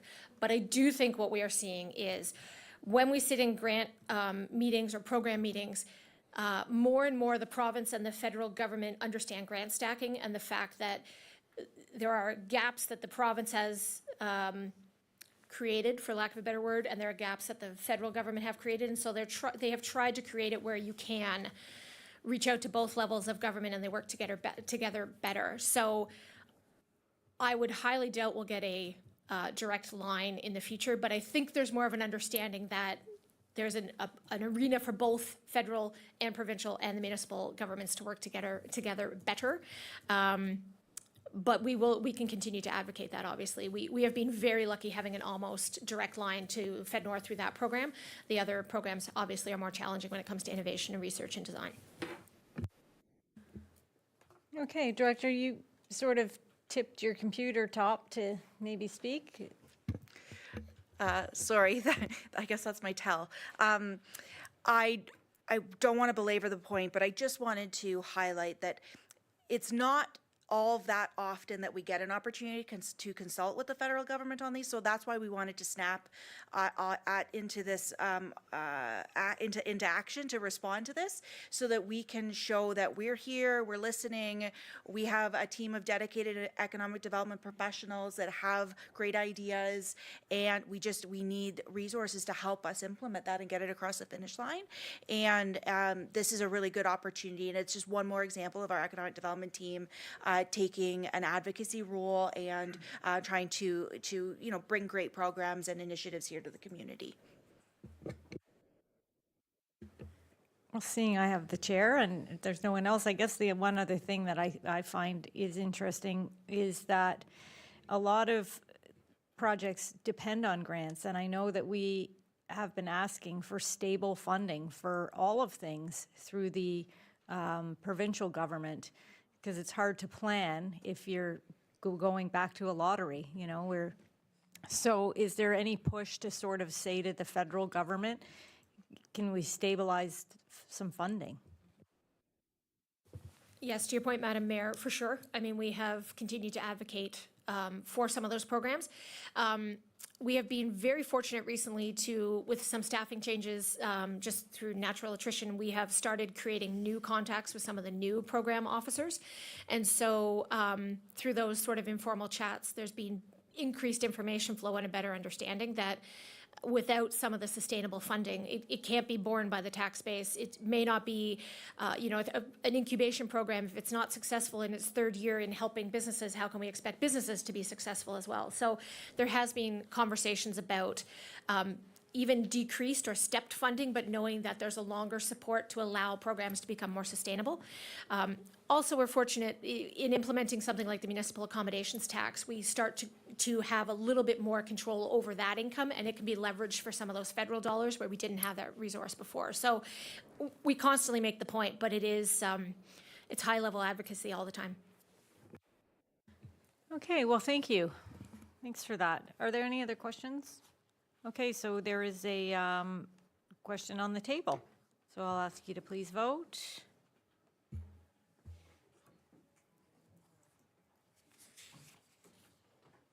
And that carries. Thank you.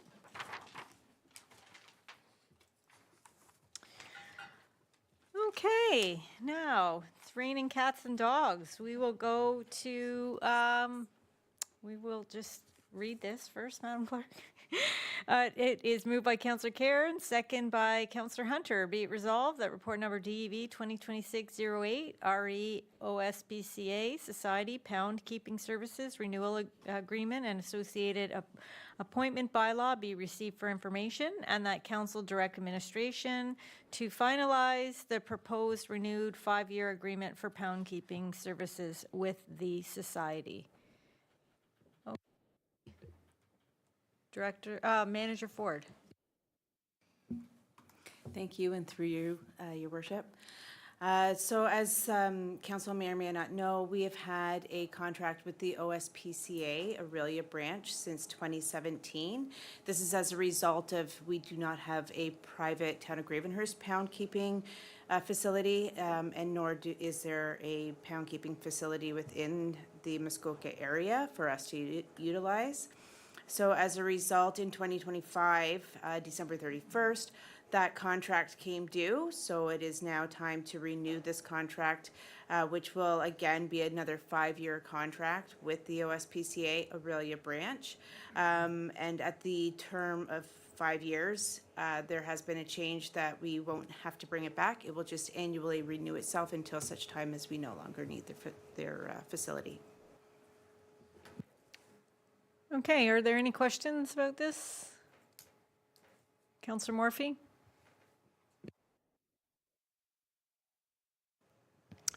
Thank you, Your Worship. Through you, I just have to ask. For $10,000 a year, how many dogs are roaming our streets that we need to? You're looking. You give me the eyes. Okay, I'm curious for the answer. Thank you. Sure, through Your Worship, Councillor Murphy. So we don't have a dedicated number of dogs, obviously, every year. However, some years we've had upwards of 25, 30 dogs, 30 call-outs that we go to. Sometimes we only have 10 dogs that we have to take in and also shelter. The fact is that there needs, because we do have a canine control bylaw that we have to, directs us to go and pick up dogs that are found running at large, or if there is a dog bite where the dogs are not able to be housed within the same location that the bite occurred, they have to be housed somewhere. So this is a vital service for the town since we do not have a private shelter ourselves.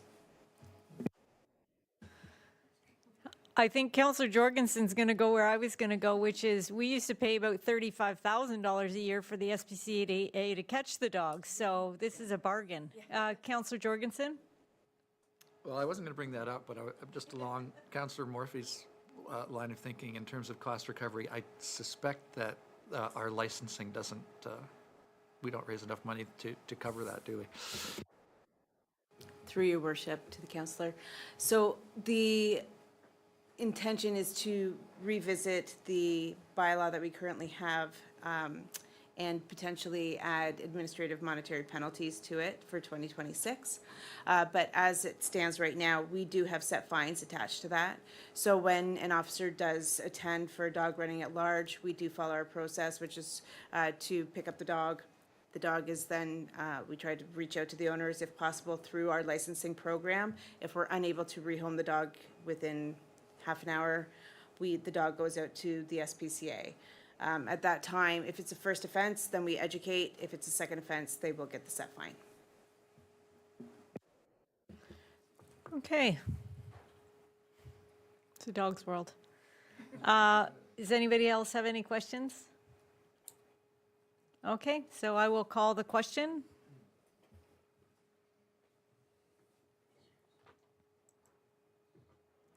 And that carries. Thank you.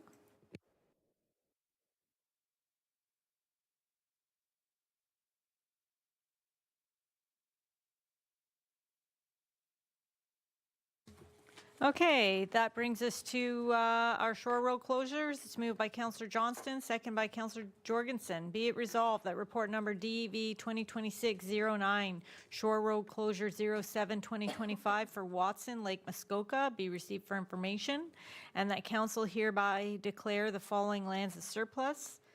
The original Shore Road allowance, OCRA, designated peninsula in front of Con 7, Lot 18, RP 35R 18229, Part 1, in the former Township of Muskoka, now in the Town of Gravenhurst, District Municipality of Muskoka. Any questions or comments on that? Councillor Jorgensen? I know we never have questions on these, but one thing just caught my mind, that it says designated peninsula, but the map shows it as an island. So is that because originally it was a peninsula, I guess?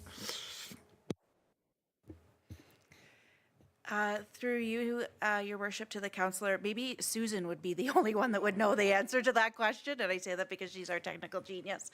It's very shallow through that area. You can almost walk through there, so I'm assuming back when it was surveyed that was it was lower at the time, but I would not know for sure.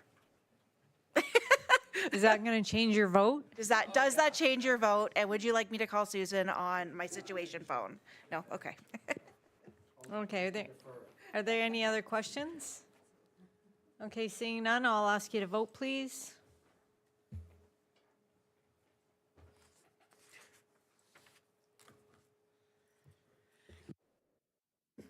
And that carries. Thank you.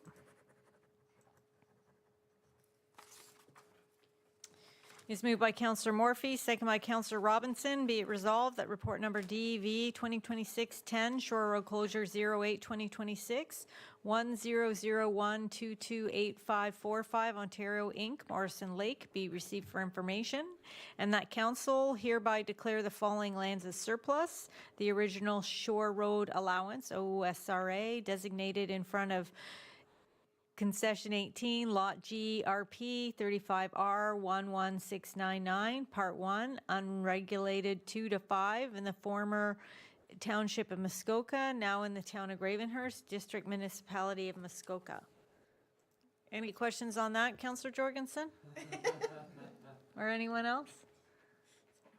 Okay, seeing none, I'll call the question.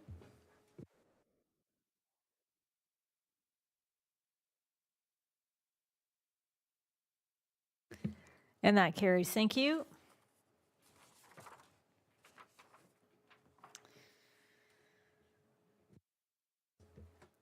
Okay, so just a reminder, if anybody wants to pull any of these for discussion, deferral, or denial, now is your time. I'll read them once. Be it resolved. I need these glasses.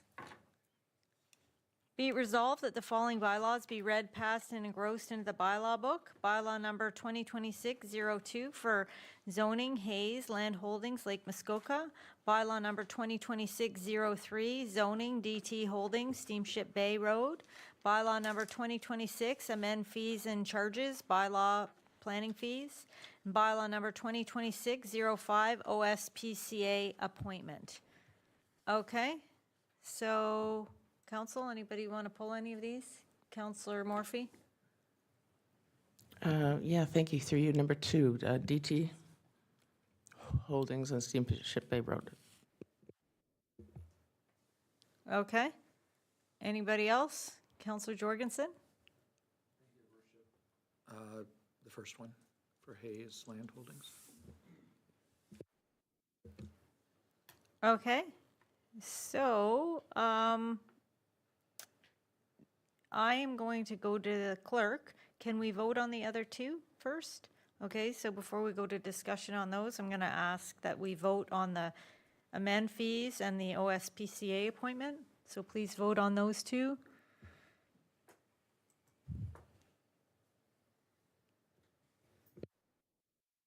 And that carries. Thank you.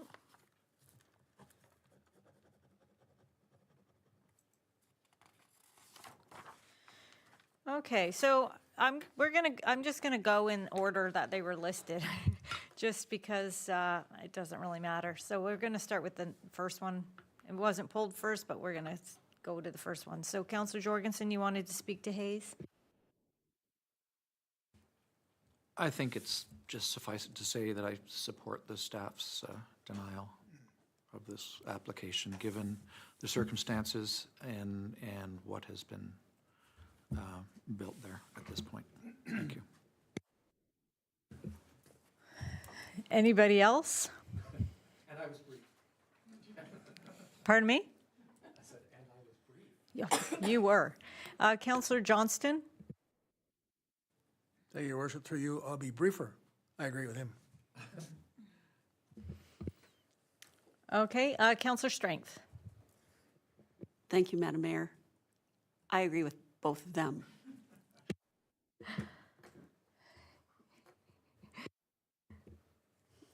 Councillor Barney?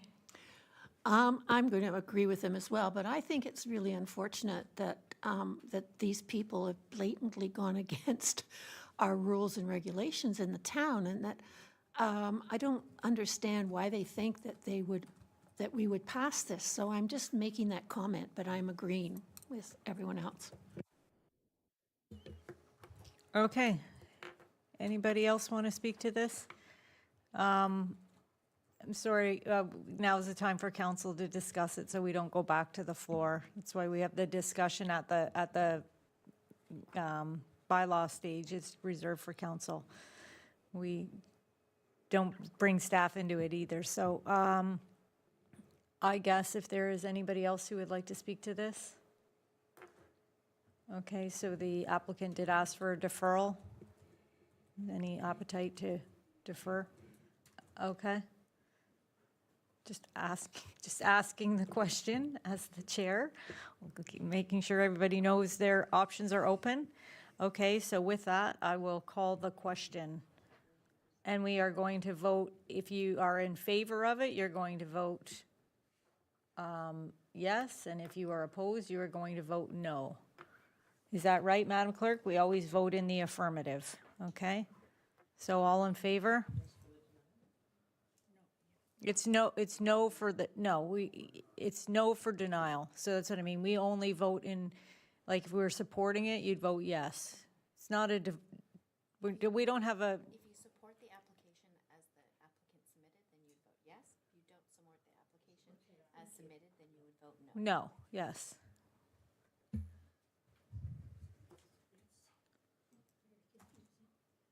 Okay, so that carries. Thank you. Oh, that's defeated. Yes, that was very clearly defeated. Okay, so now we're going to go to the second item, which was pulled by Councillor Morphy. And I will ask you to speak to it, please. Thank you, Your Worship. I did give this a lot of thought because it really is a very unique property and where its location. And I read what you could put there in Art Gallery, a retail store, and so I thought to myself as an entrepreneur, if I was going to sink a bunch of money into a retail location, would I invest in that location? Corner of 169 and Steamship Bay Road, where I find the foot traffic is the other end. It's Shipyards and Boston Pizza and Blue Willow and the steamships. So it's be careful what you wish for, because I don't think we could get an investor to put into that building what we want. It is across the road, it is out of the way. And then I thought of jobs. Do we need more seasonal retail jobs, seasonal, any kind of jobs for summer students? But could we use a hygienist? Could we use a dental technician, office manager, maybe more dentists? And so I just think it just makes a whole lot of sense to put the dentist office there. This is a one-off. This is not the whole wharf. It's not a building that's facing the lake. It's got waterfront. So anyway, that's the way I'm looking at this one. Thank you. Councillor Strength.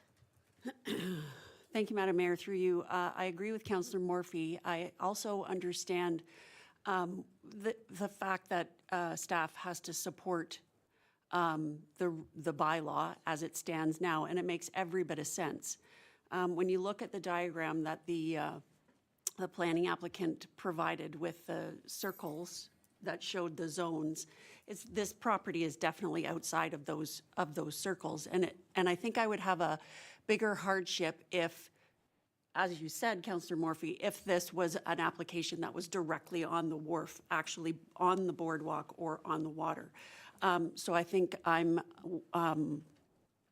also, back to what Councillor Cairns had asked, it's only ever been a service establishment. There's only ever been services in that building. While I'd like to see it as some sort of a retail establishment, sure, but I think it's better suited for something like the dentist, and I'd like to see her excel. Okay, Councillor Hunter? Thank you, Your Worship. Through you, I agree with both of my fellow councillors.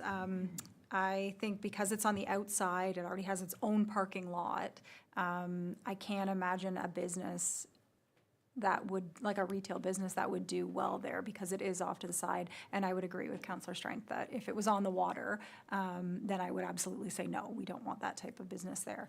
We don't want that type of business uptown. And we just went through this whole thing of we don't want them uptown. So where could a business like this go? I personally think it's the perfect location for that. So I would like to see it there. Okay, I'm going to go over to Councillor Varney. Thank you, through you, Madam Mayor, and I agree with everyone. I'm also thinking that I would rather see the dentist there than an empty building, because I don't feel that as a retailer, and I've been in retail, that I would even consider that building when all the retail is at the other end of the bay, and then there's all these medical buildings, and then me, if I was going to buy it as a retail, that would scare me. And I've looked at different places considering retail, and that, to me, as a retailer, I would not even pick. So I would really like to see the dentist there myself. Okay, Councillor Cairns? Thank you, Your Worship, and I have to agree with all my councillors. I wasn't going to speak up because it all comes with the vote, but I think it's really important that we consider, and as Councillor Strength said, you know, I was really looking at those 5 zones, and those 5 zones don't include that building.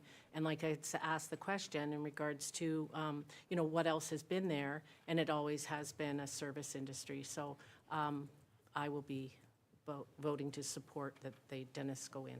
Thank you. Councillor Jorgensen? I got the side eye there. Thank you, Your Worship. You know, I think it's, you know, it's not common where we go against staff's recommendation, but I think in this case, there seems to be a consensus around the table that you know, the comment that we would rather see a viable business rather than an empty building. The other fact is, and I don't think we can deny this, that there's going to, you know, we've already said there's going to be a lot more residential components down at the wharf. There's another footprint beside the 2 condos now hasn't been built out, and we know there's the other condos proposed for the other end. And the fact that these are services there for residents, I think, is you know, it's an important feature. Of course, we would all like to see more tourism. We'd like to see more retail. You know, I'm always surprised that hasn't been a viable, you know, variety store type of something like that down at the wharf. But I think maybe you do need the traffic that, and the dental office would create more traffic down there. I see people coming for their appointment and, oh, that's a nice day, let's go for a walk. So anyway, as everyone else said, I support it as well. Okay. So is there anybody else who would like to speak to this? So I'll get my 2 cents in, but I agree with everything that's been said. I think, you know, and I do want to highlight, though, that staff, we just told them this in May. So staff is just doing what we told them to do. So I just want to be, recognize that we appreciate that you know, are doing your job, and that, that you can't recommend this because it's not the policy that we just put in place. But I do agree that sort of separation there.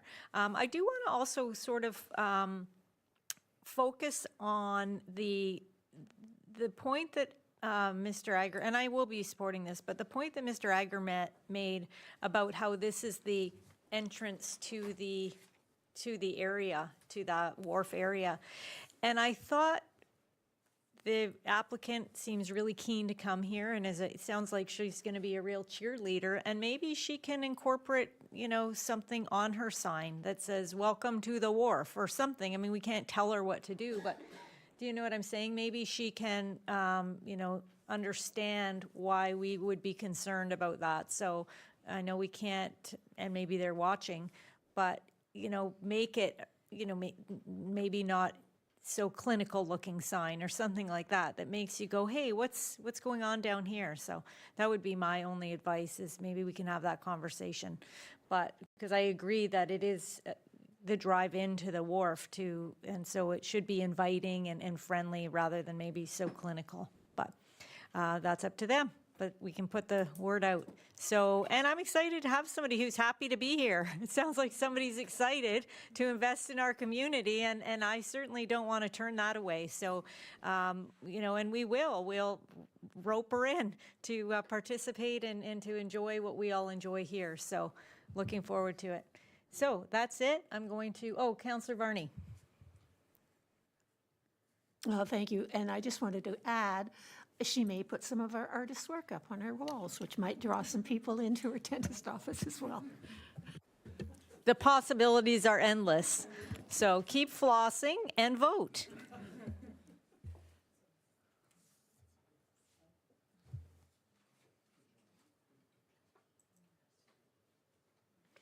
Okay, and so that one carries. And that brings me to, it is moved by Councillor Cairns, second by Councillor Hunter. Be it resolved that the minutes of the council meeting dated November 25th, 2025 be approved as circulated. Please vote.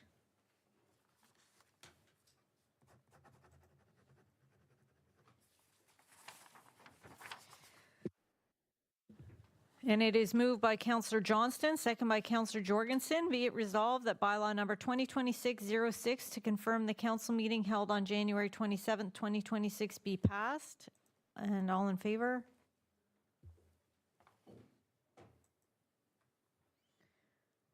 That carries, thank you. And a motion to adjourn. Councillor Robinson and Councillor Hunter.